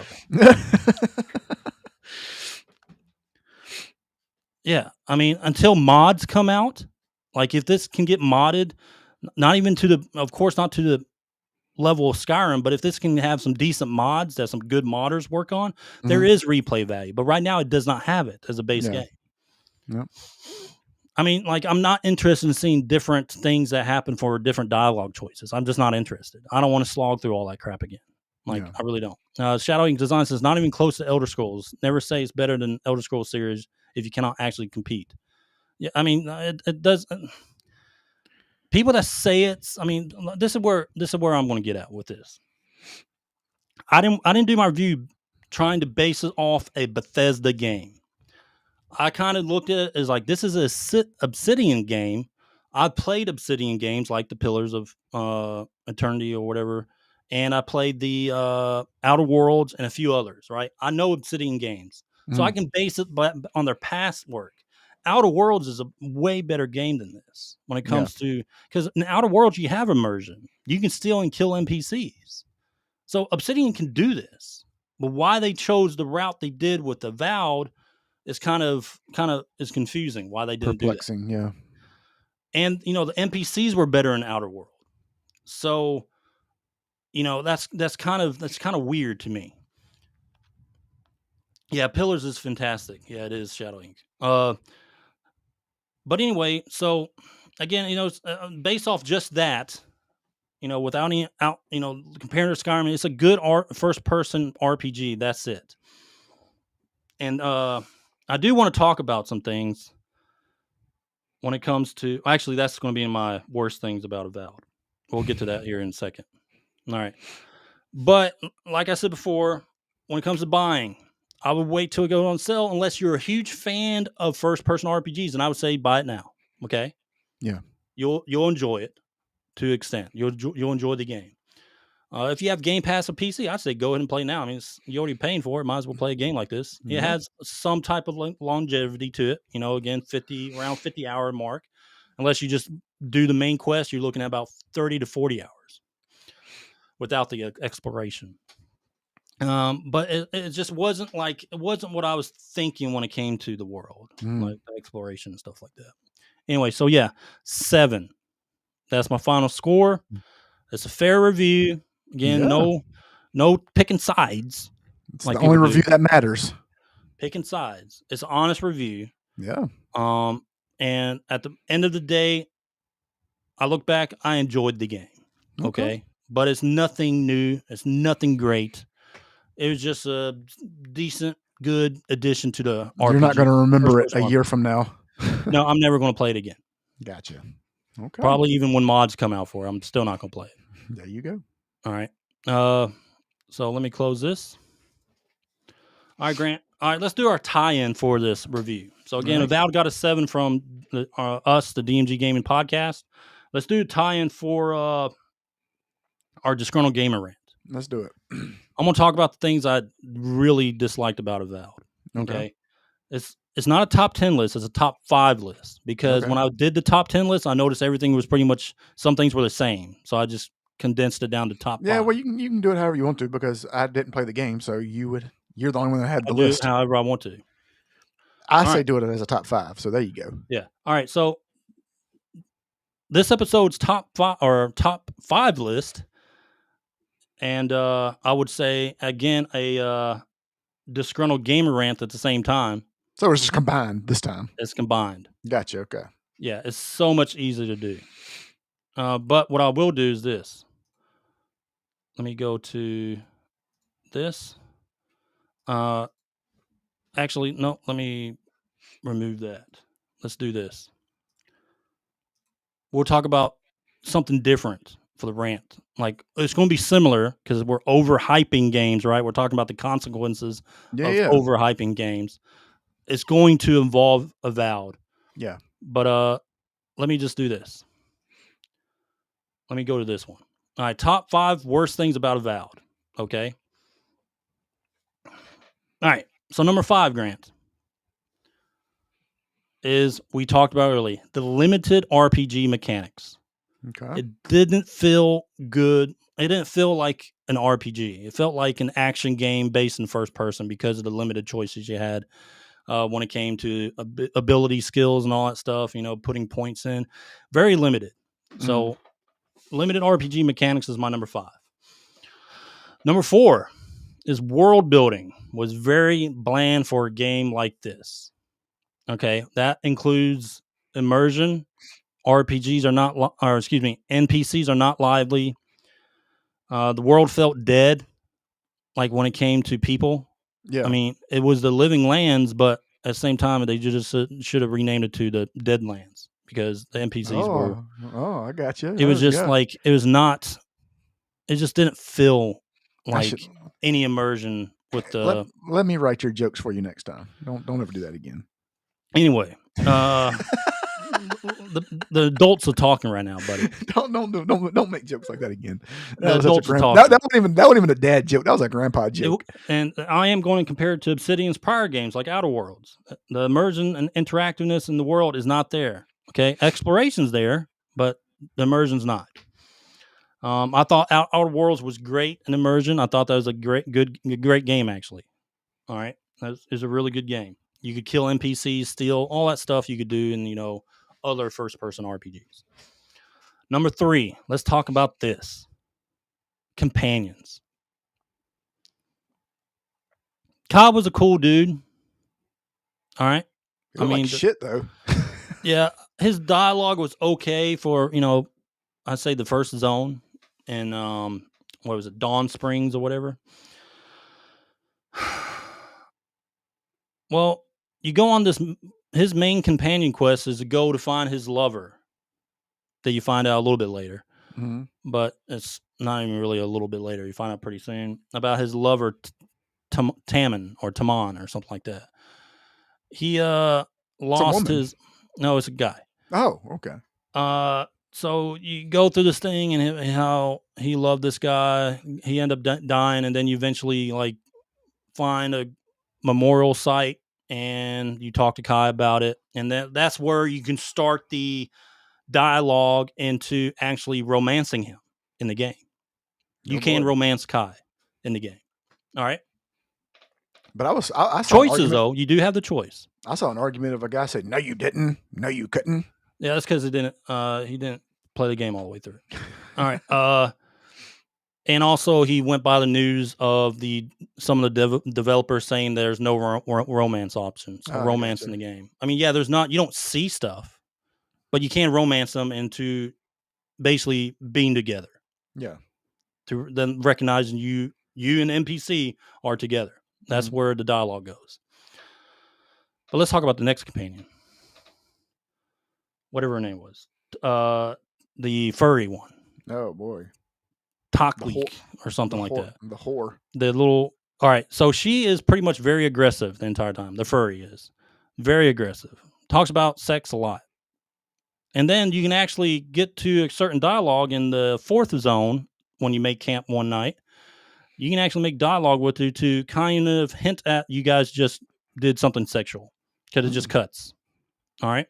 So you can have relationships with the furry in the game. Okay. And she's the little one with the rabbit ears, the one that looks like a furry. Anyway. She looks like the first design of Sonic the Hedgehog in the movie. Remember that one? The one they had to redo? Yeah. I don't know if you can romance Mansion or whatever the guy's name is, the dwarf. I don't know. I never saw a hint of a dialogue for that. And I never saw a hint of a romance with Giada, which is your main girl.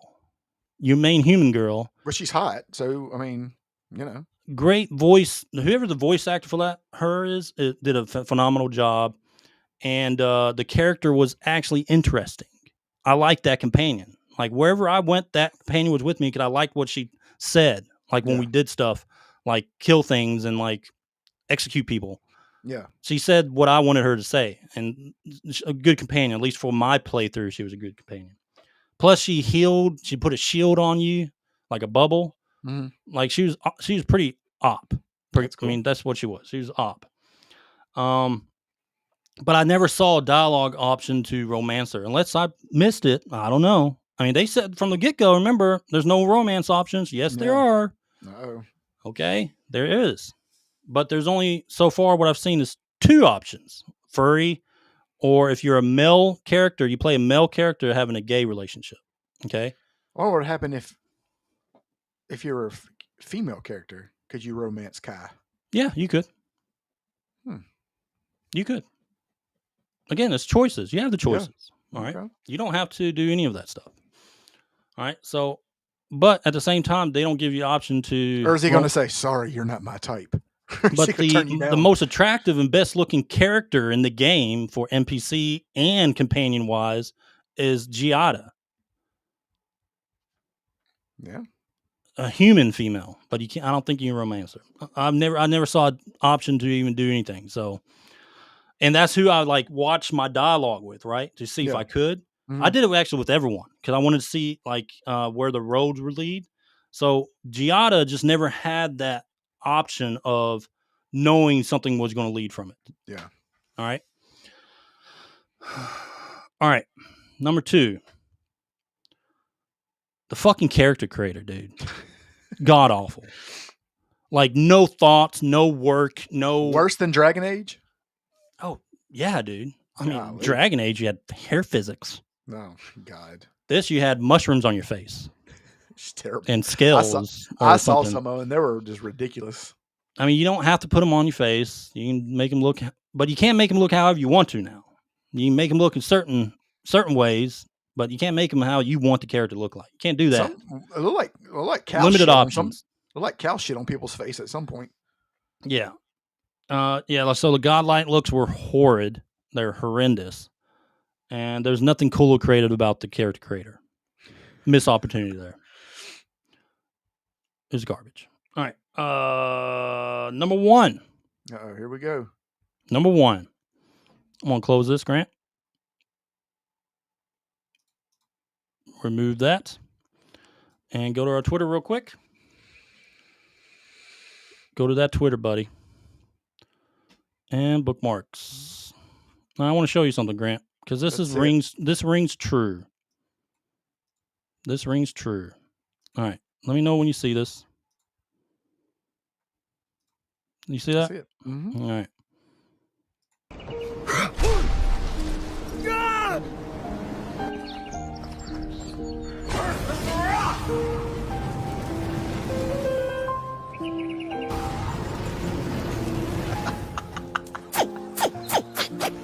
Oh my God.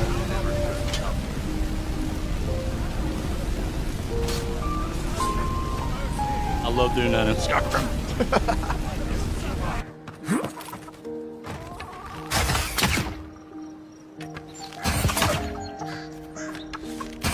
All right. You remember that lizard I killed at the beginning? Those little tiny lizards? Those are the only things you can kill in the game. There's these big pigs around the area. You can't touch them. You can't kill the chickens. You can't kill any animals that's not a monster at all in the game, except those little fucking lizards. So explain to people on audio so they'll know what you were doing, what this was. This was... All right, so this is a comparison for the ones listening. A comparison showing what Avowed is able to do when it comes to its immersion and what Skyrim can do. It's not a long video. It's almost over, but it's just showing the comparison. Basically, what Avowed was showing the film was you shooting a fireball in someone's fucking face, in an NPC's face, and not doing anything. It's also showing arrows shooting at animals that are not dying. And eventually it's going to show you shooting a tree with arrows that you can't pick up. Skyrim was showing you just burning down an entire village and everyone chasing after you, like the guards and stuff like that. Yeah. You're killing NPCs with the attacks. You can kill animals. You can pretty much do whatever the hell you want in that game. And then it'll show you shooting arrows in Skyrim, able to pick those arrows up after you shoot them. Something so small, but like so makes sense, right? Well, you can do that. You can actually do that in Zelda. Yep.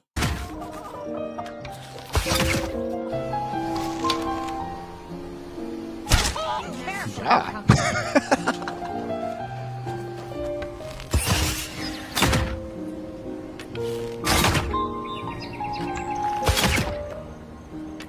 You have unlimited arrows, or is it? Yeah.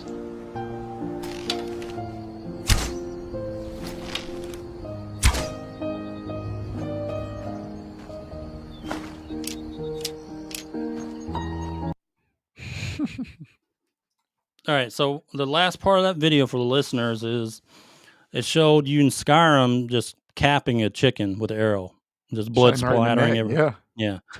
And then shooting a tree and able to pick up those arrows also. Avowed, you can't do any of that. So I just wanted to show this video because I wanted to prove a point about my immersion thing. It's very important for games like this. All right, first-person RPGs, especially a company has done it before. Yeah. All right, they've done this before in Outer Worlds. So, is it you rush the game? Is it something else? I don't know. All right. Again, our review was a 7. It's a good game. That's it. But they missed a lot of things. They missed a lot of opportunities. Okay. Now, reminder: Skyrim is a 14-year-old game. That's true. 14 years. Avowed is your next gen first person RPG. And you can't get little things like that.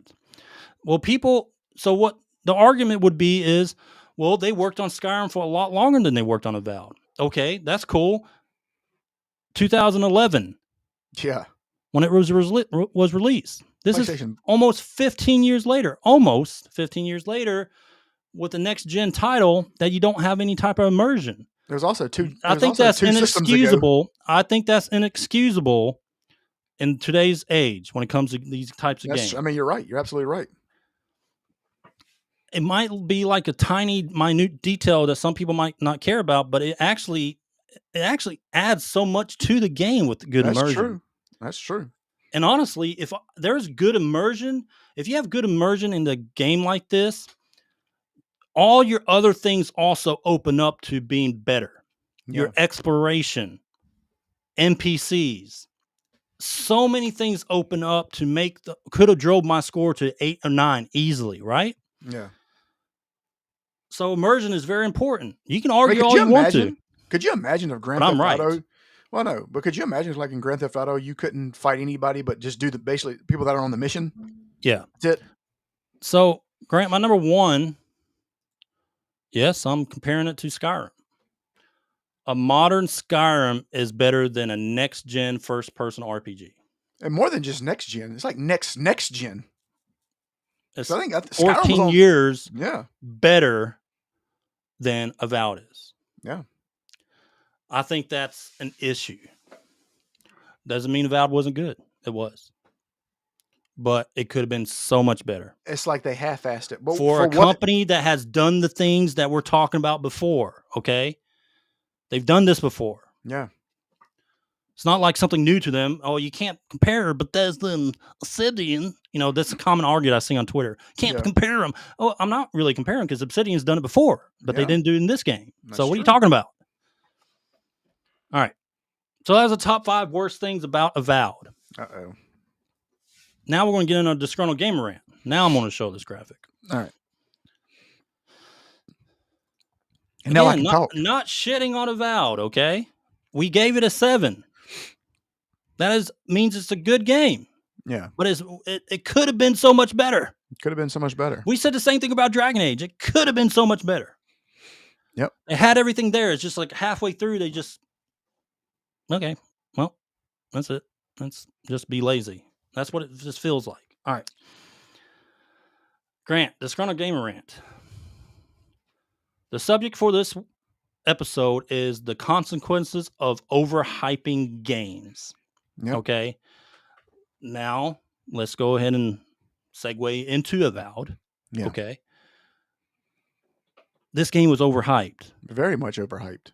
Overhyped. I remember those early reviews before the early access. Before the early access now, right? Oh yeah, it was 9s and 10s. Early reviews, those guys, those YouTuber streamers, whatever, they got first hands on it. Even the people that are going to do the early reviews, the major publications, they were talking about it on social media. Yeah. Like, wow, revolutionary. You can still find their Metacritic reviews on Metacritic. One of the best RPGs I played forever. And then somebody gave it a perfect 100. Perfect 100, 10s out of 10s, 9s out of 10s. 8s, I'm fine with. I'm fine with it when it gave this game an 8. You can probably justify it in your own way as long as you justified it correctly. Yeah. But 9s and 10s, no. I do not agree with you. I think you're being dishonest about that. It's really weird. and this has only been like the last 2 years maybe, that you can actually, and we've done it. You can actually look at the games and tell which ones are going to be overhyped and fall flat. Because we've called them. Everyone that's come out that's been overhyped, we've called it. And we said that it was not, some we said it was going to be an abysmal failure, but we also said that it wasn't going to be as good as people claim to be. You know what I mean? This is what I'm getting at. All right. We told you Concord was going to fail. We said it out the gate. We said it in July. We said this game was going to fail last year. We said it. It happened. Yeah. Dustborn didn't really need our opinion on that. I mean, it failed. I mean, we could have been blind with our eyes and ears shut and it would have failed because it was just that terrible. We said the same thing about Dragon Age. And when we mean failure to, I mean, when we say failure, we're not sitting there saying like, oh, it's just an abysmal failure. A failure means it didn't hold up to what it should have been. When you take like, there's games like I could name some Mega Mans that were failures. Yeah. You know what I'm saying? Like games like that. Back to Dragon Age. Dragon Age had way more of an opportunity to be a possibility of being a game of the year. Yeah. I wouldn't say so much of Avowed, but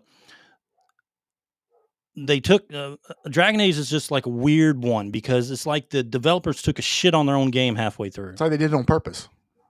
You know, it was just so weird that they decided to go the route they did with Dragon Age, that the Velguard is just, it still amazes me today because they had something. Yeah.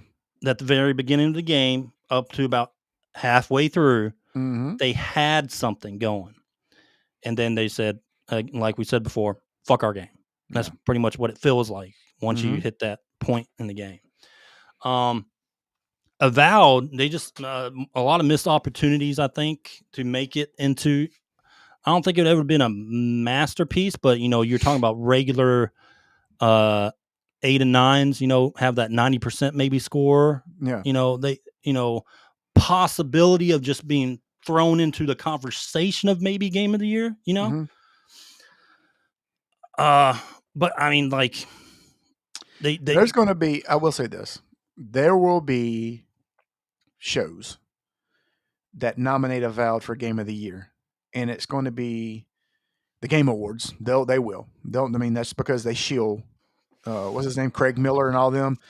They shield for games like this. They're the cock's 9 inches down their throat for this game. You know what I mean?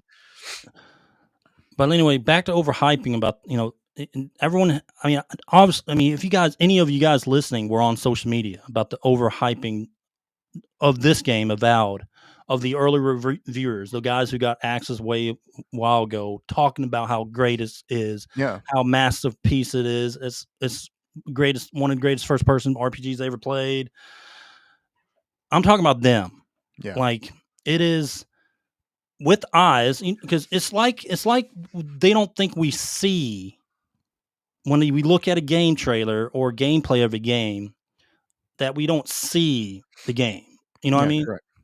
What I was wrong about, the combat was a lot better than I thought it was going to be. Yeah. Per what we saw in the gameplay trailers. Combat feels more impactful when you actually play it, vice looking at a gameplay trailer. Well, they probably also think that our opinion doesn't matter because they sit on their little pedestals. And they got millions of subscribers, thousands, or even hundreds of thousands of followers. We're still a small podcast. Yeah. But I feel like you gave a better review than 99% of everybody out there. Well, because I'm a gamer, dude. Yeah. You know, I got I played every Elder Scrolls there is. I beat every Elder Scrolls there is. I played many games like this. I played Outer Worlds. I played Fallout. I play Bethesda and Obsidian. I pretty much played every single game they've ever made. Yeah. Even Fallout 76. I actually liked Starfield. I didn't love it, but I actually liked Starfield to a point, at least the main quest of Starfield for Bethesda. But it's like they really don't want to be honest. And is there something weird going on there? And then, you know, you got your people with the Xbox profiles, right? Yeah, oh yeah.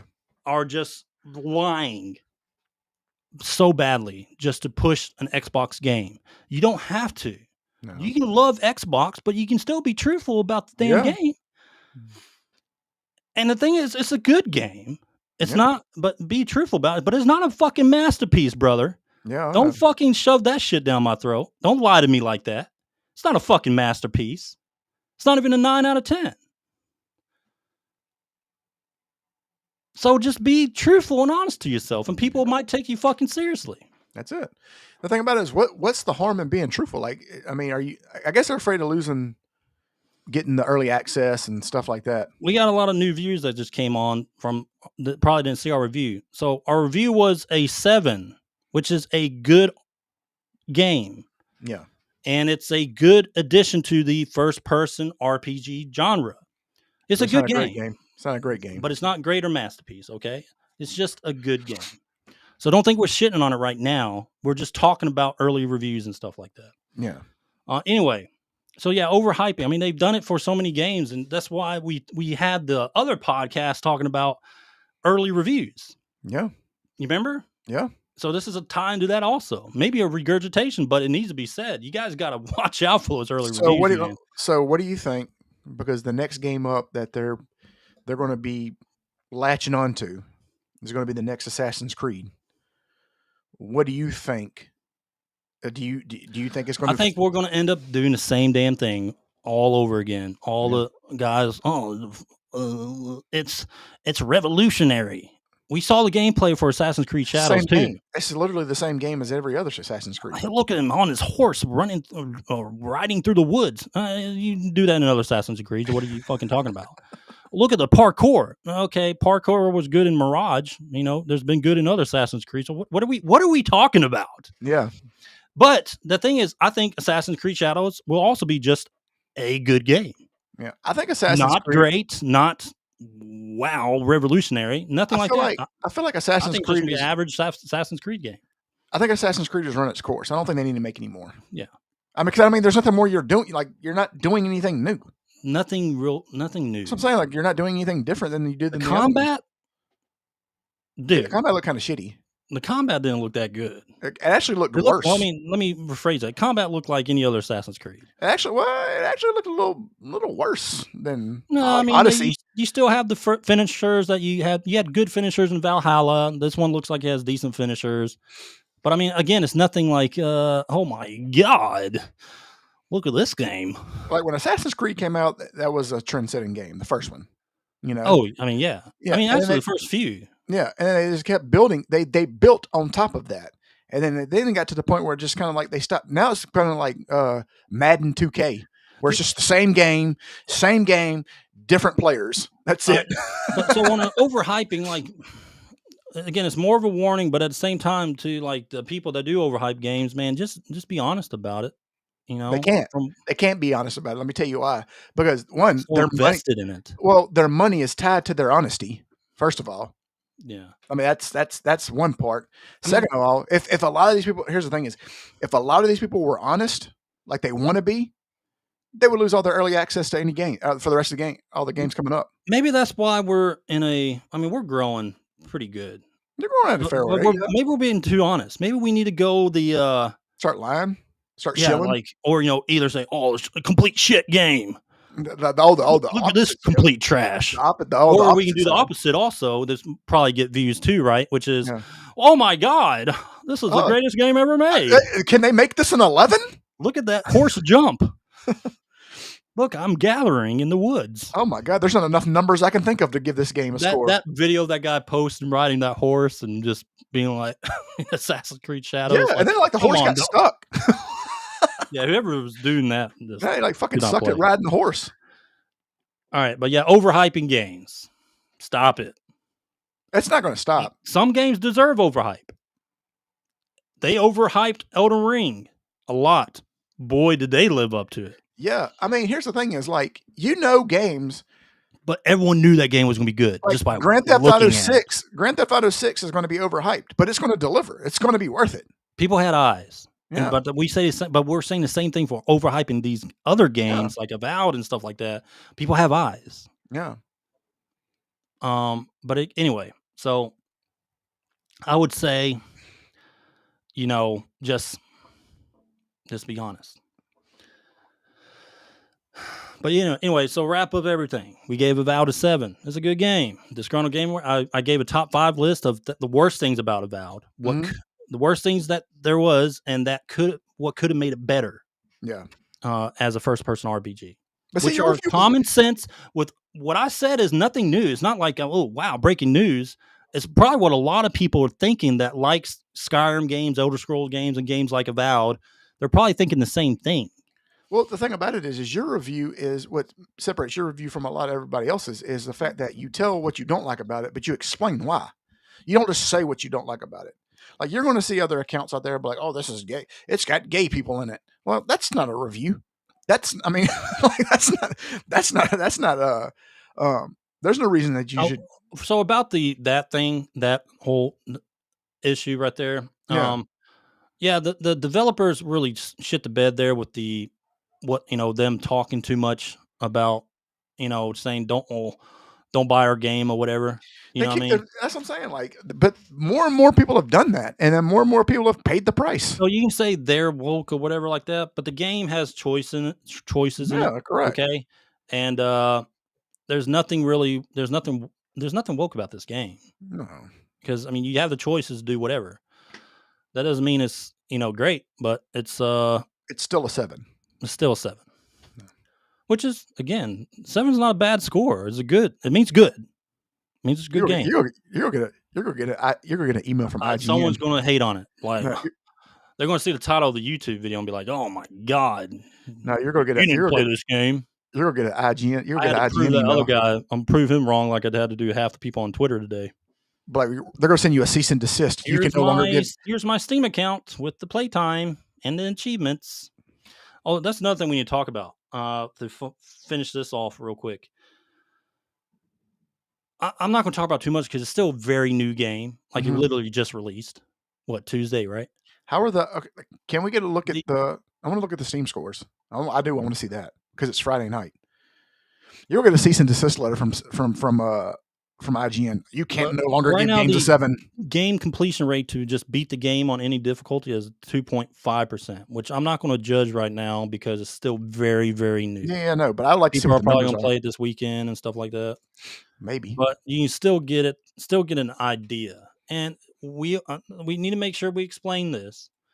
You can't just completely go by the Steam charts because it is a Game Pass game. But it does, like I said, it does reflect a little bit. It does reflect excitement, I should say. Yeah. So let me share my screen. This is the latest one right here.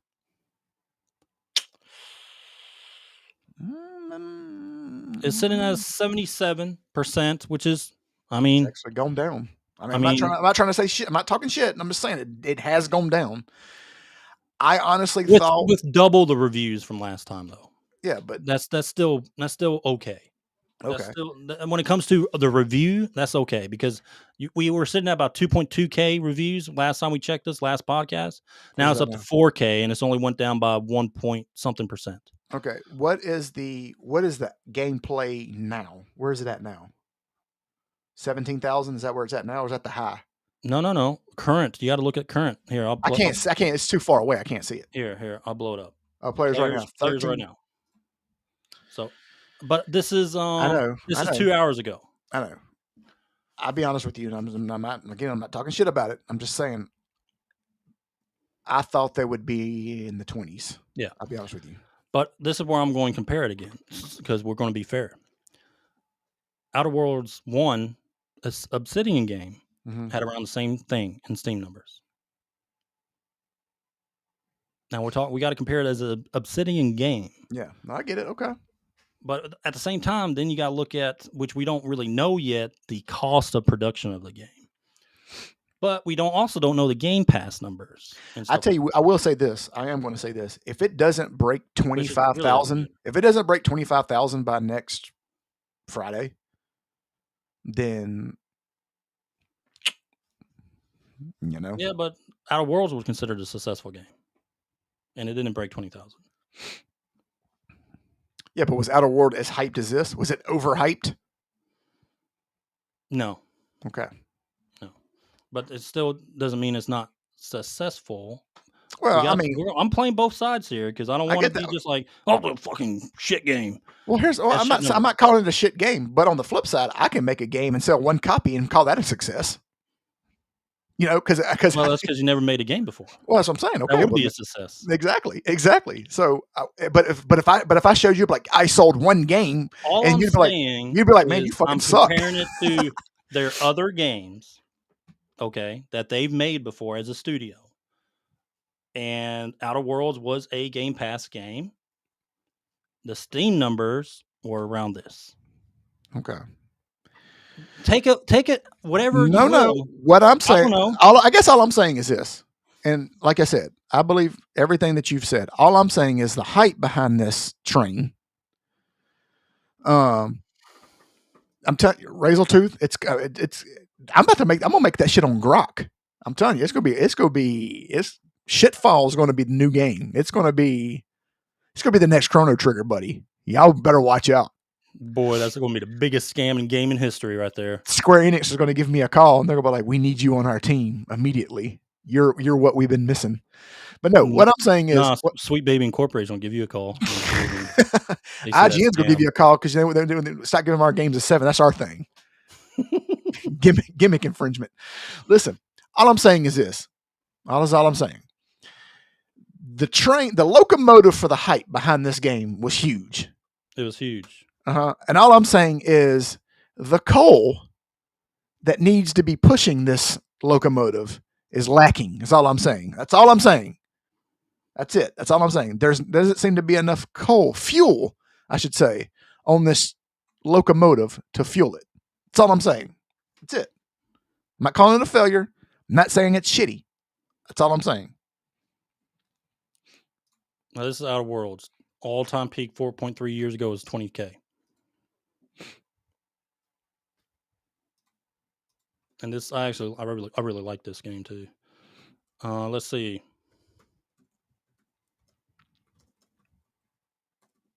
We should have good numbers on this one. So Outer Worlds turned out to be a huge success for Obsidian. Mm-hmm. Best-selling game of October 2021. Okay. Let's see. According to Business Insider, it was critically acclaimed with 86 on Metacritic, plus or minus a few points depending on the platform. Let me ask you a question. You made an announcement on social media saying that Outer Worlds has now sold. So Outer Worlds sold 5 million copies. Okay. Globally. Okay. Oh, excuse me. The launch of October 25th, 2019. So do you think Avowed have sold that much? It's Game Pass. So let me ask you a question. No, I guess it's Game Pass, buddy. Here's the thing. See what I'm talking about, though? Here's the thing. See what I'm talking about, though? The numbers will come out. Somebody's going to get the numbers. These people, you can't hide shit like this. People are going to want to know.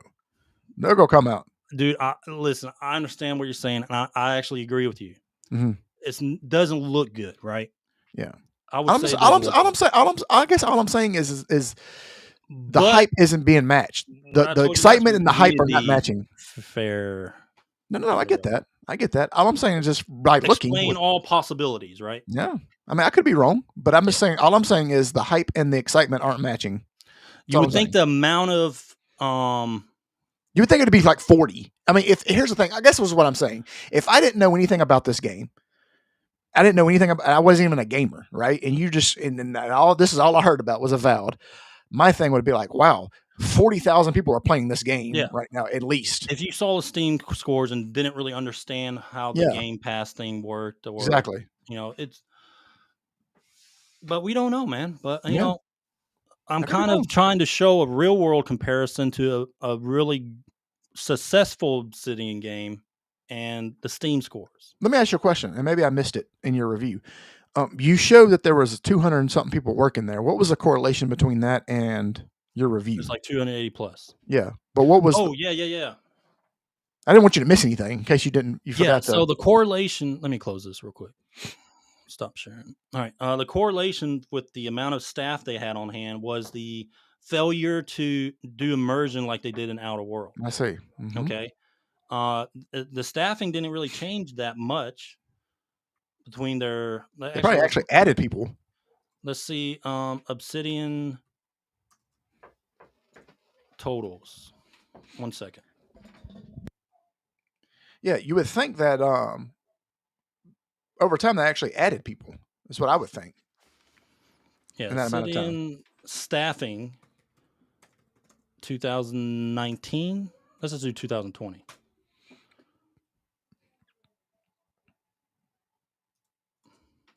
Total staffing.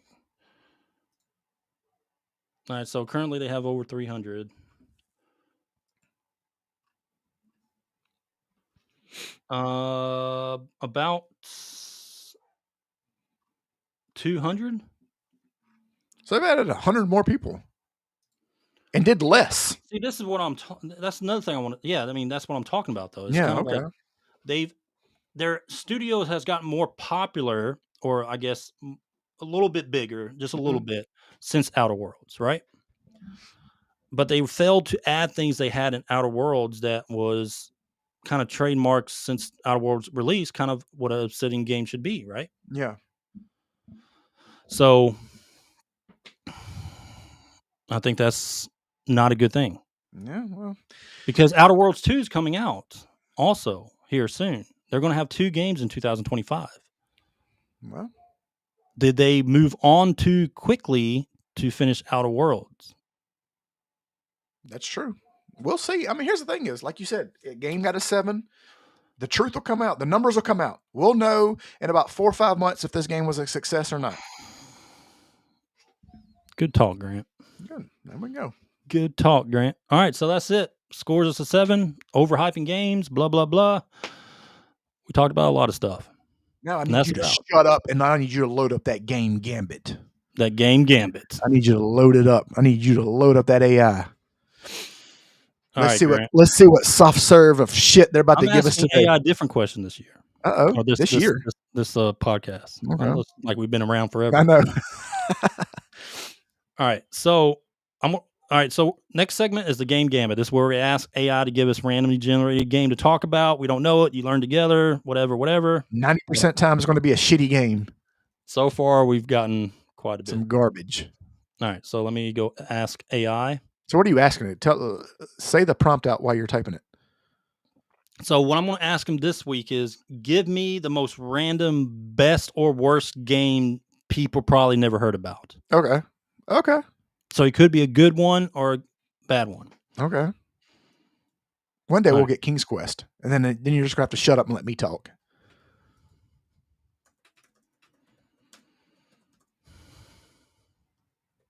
Unless they give me King's Quest, King's Quest 7, the shitty one. All right, Grant. Let's see what it gives us. The best and worst game you never heard about. I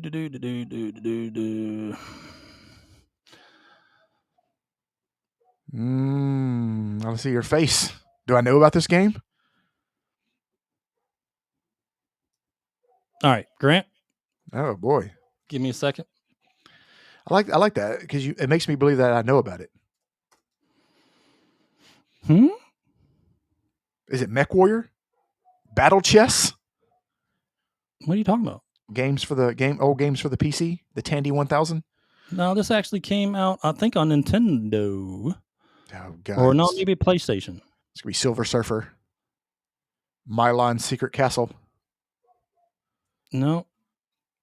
Let me find a good picture of it. Here we go. All right. Please don't be hide-lied. It's not. Okay. All right. So this week's game Gambit is Vib-Ribbon on the PlayStation 1 in 1999. Is this like a Paw Rapper the Rapper type game? Yeah. Okay. It is. Okay. I remember this game. And no, I never played this game. The PlayStation 2 was coming out like the following year, wasn't it? 99. Yeah, pretty close to it. I don't know why they made this game. Like, what was the point of this game? Here's the thing: is I get Power Rapper the Rapper was like a very successful game, but then they went on like this whole thing of like making games like this. All right, so this game, Grant, it got released in Japan in '99, Europe in 2000, but it was never added to America until 2014 to the PlayStation Network via the PlayStation 3. Jeez, I wonder why. I guess you can say the developer Nana Onsha had previously developed Parappa the Rapper. Okay, there you go. Parappa the Rapper I loved that game when I was younger. I love that damn game, dude. Everybody loved that game, dude. That was a great game. Yeah. This looks like a game you will make on Grok. Don't give me any motivation. This will be your shitcoin game. What do you want to call your first shit game? I don't know yet. It's called Shitfall. Oh, Shitfall. Yeah, that's what we're calling it. Okay, Shitfall. Well, I think you got a few buyers in chat. No. Razor 2's up for it. Dude, I'm telling you, I'm about to be a multimillionaire just off one game. Then I'm calling it quits. You'll never see me again. You got to get a broccoli cut too. I am. I'm gonna get the dangling earring. I used to have earrings in my ear years ago, so I'm gonna get the dangling.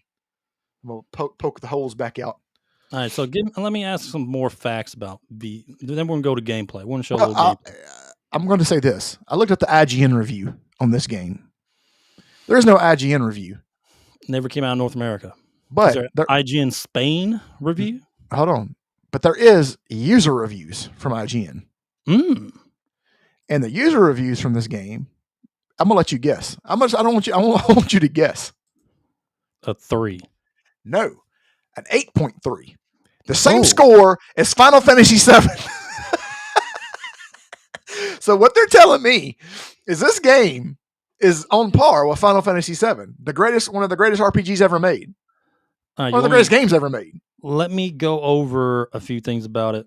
All right, so the gameplay is basically you control Vib-Ribbon, a wireframe rabbit who moves along a line that shifts into shapes, loops, pits, spikes, blocks, based on the music's rhythm. I hate this game, and you're just describing it to me. I haven't even seen it and I already hate it. Just the way you described it was terrible. I hate it. Let's see. Difficulty was brutally tough. Timing is tight. Custom CD levels can be unpredictable.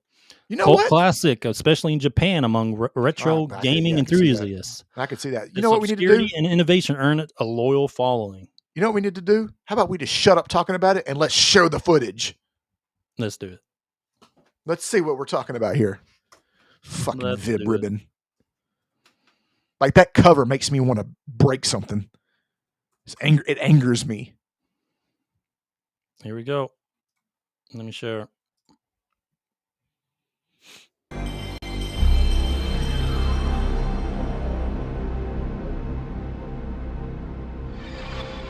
Yeah, I'm going to fast forward.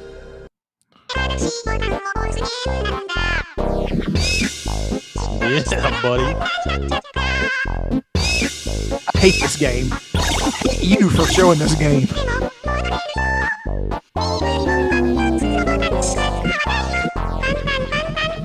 No, it looks like it was drawn with an Etch-a-Sketch. That's what it looks like it was drawn with. Oh my god.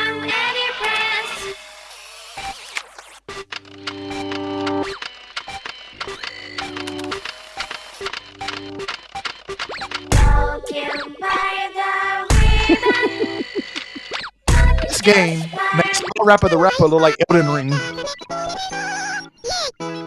Oh my god, I hate games like this. Like, I am sick. Like, I will dream about this game now because of you. Like, I will hear this in my sleep.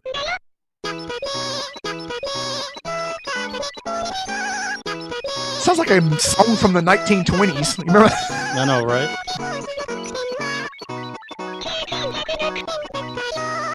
I can't believe they made this game.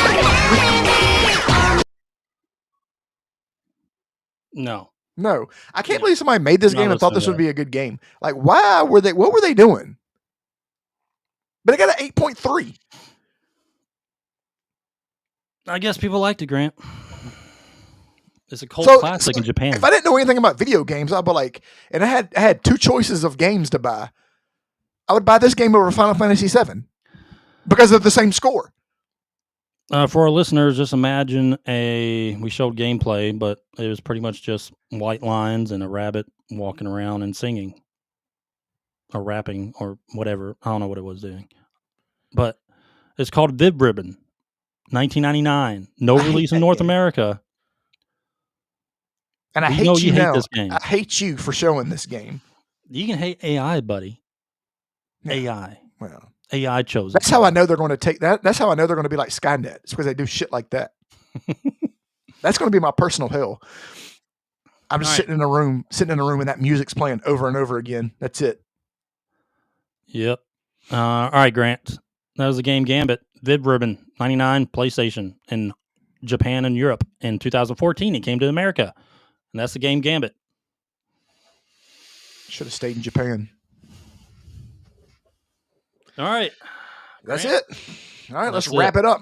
All right, guys, we appreciate y'all tuning in. Go like us on Facebook. We're growing really fast on Facebook. Like us on Facebook. Like us on TikTok, Instagram. What are all these kids playing nowadays? What's the new stuff that I don't know about? MySpace, OnlyFans, Pornhub. I think we're on Pornhub now. Damn, dude. Hey, sometimes, speaking of that, there is a chick. Yeah. Who doesn't even post nudes on Pornhub. I know. She uploads. She teaches classes. She teaches classes on Pornhub and makes a shit ton of money because more people look at it. Because the gooners are thinking that she's going to get naked. She's just teaching the class. And that's genius. Dude, that's fucking genius. That being said, all of our all these segments we do in our podcast, the Disgruntled Gaming Rant Top 10, the game Gambit, what else? Main subjects. You can find the videos from past podcasts. They're on our playlist on YouTube. So go to our YouTube, subscribe, please, if you can, and just check out those playlists of past. You know what we should do? You know what we should do? Everything holds up. We could post this on. Listen to me. We can post this on Pornhub, and we can clean up in the gay community because this is what the title would say. Because you know how titles cut off. You know what I'm saying? Like the whole title can be. This is what it could say. All it would show it'd be like 2 dudes fucking, and that's all it would say. That's all it would show. But the title would be like 2 dudes fucking talking about video games. That's how it works, dude. And we'd probably fucking we'd make a fucking killing, dude. New gay icons for the porn community. I know, and then next thing you know, our fucking DMs be blowing up. Yeah, my wife would hate that. Oh man! All right. Don't say I never think outside the box. So that's true. All right, but yeah, just search us anywhere. DMG Gaming Podcast, Apple, Spotify, X, Twitch, YouTube, Rumble, and Facebook, and audio Instagram podcast. And audio podcast will be up later this evening, and we will see y'all Tuesday. Peace.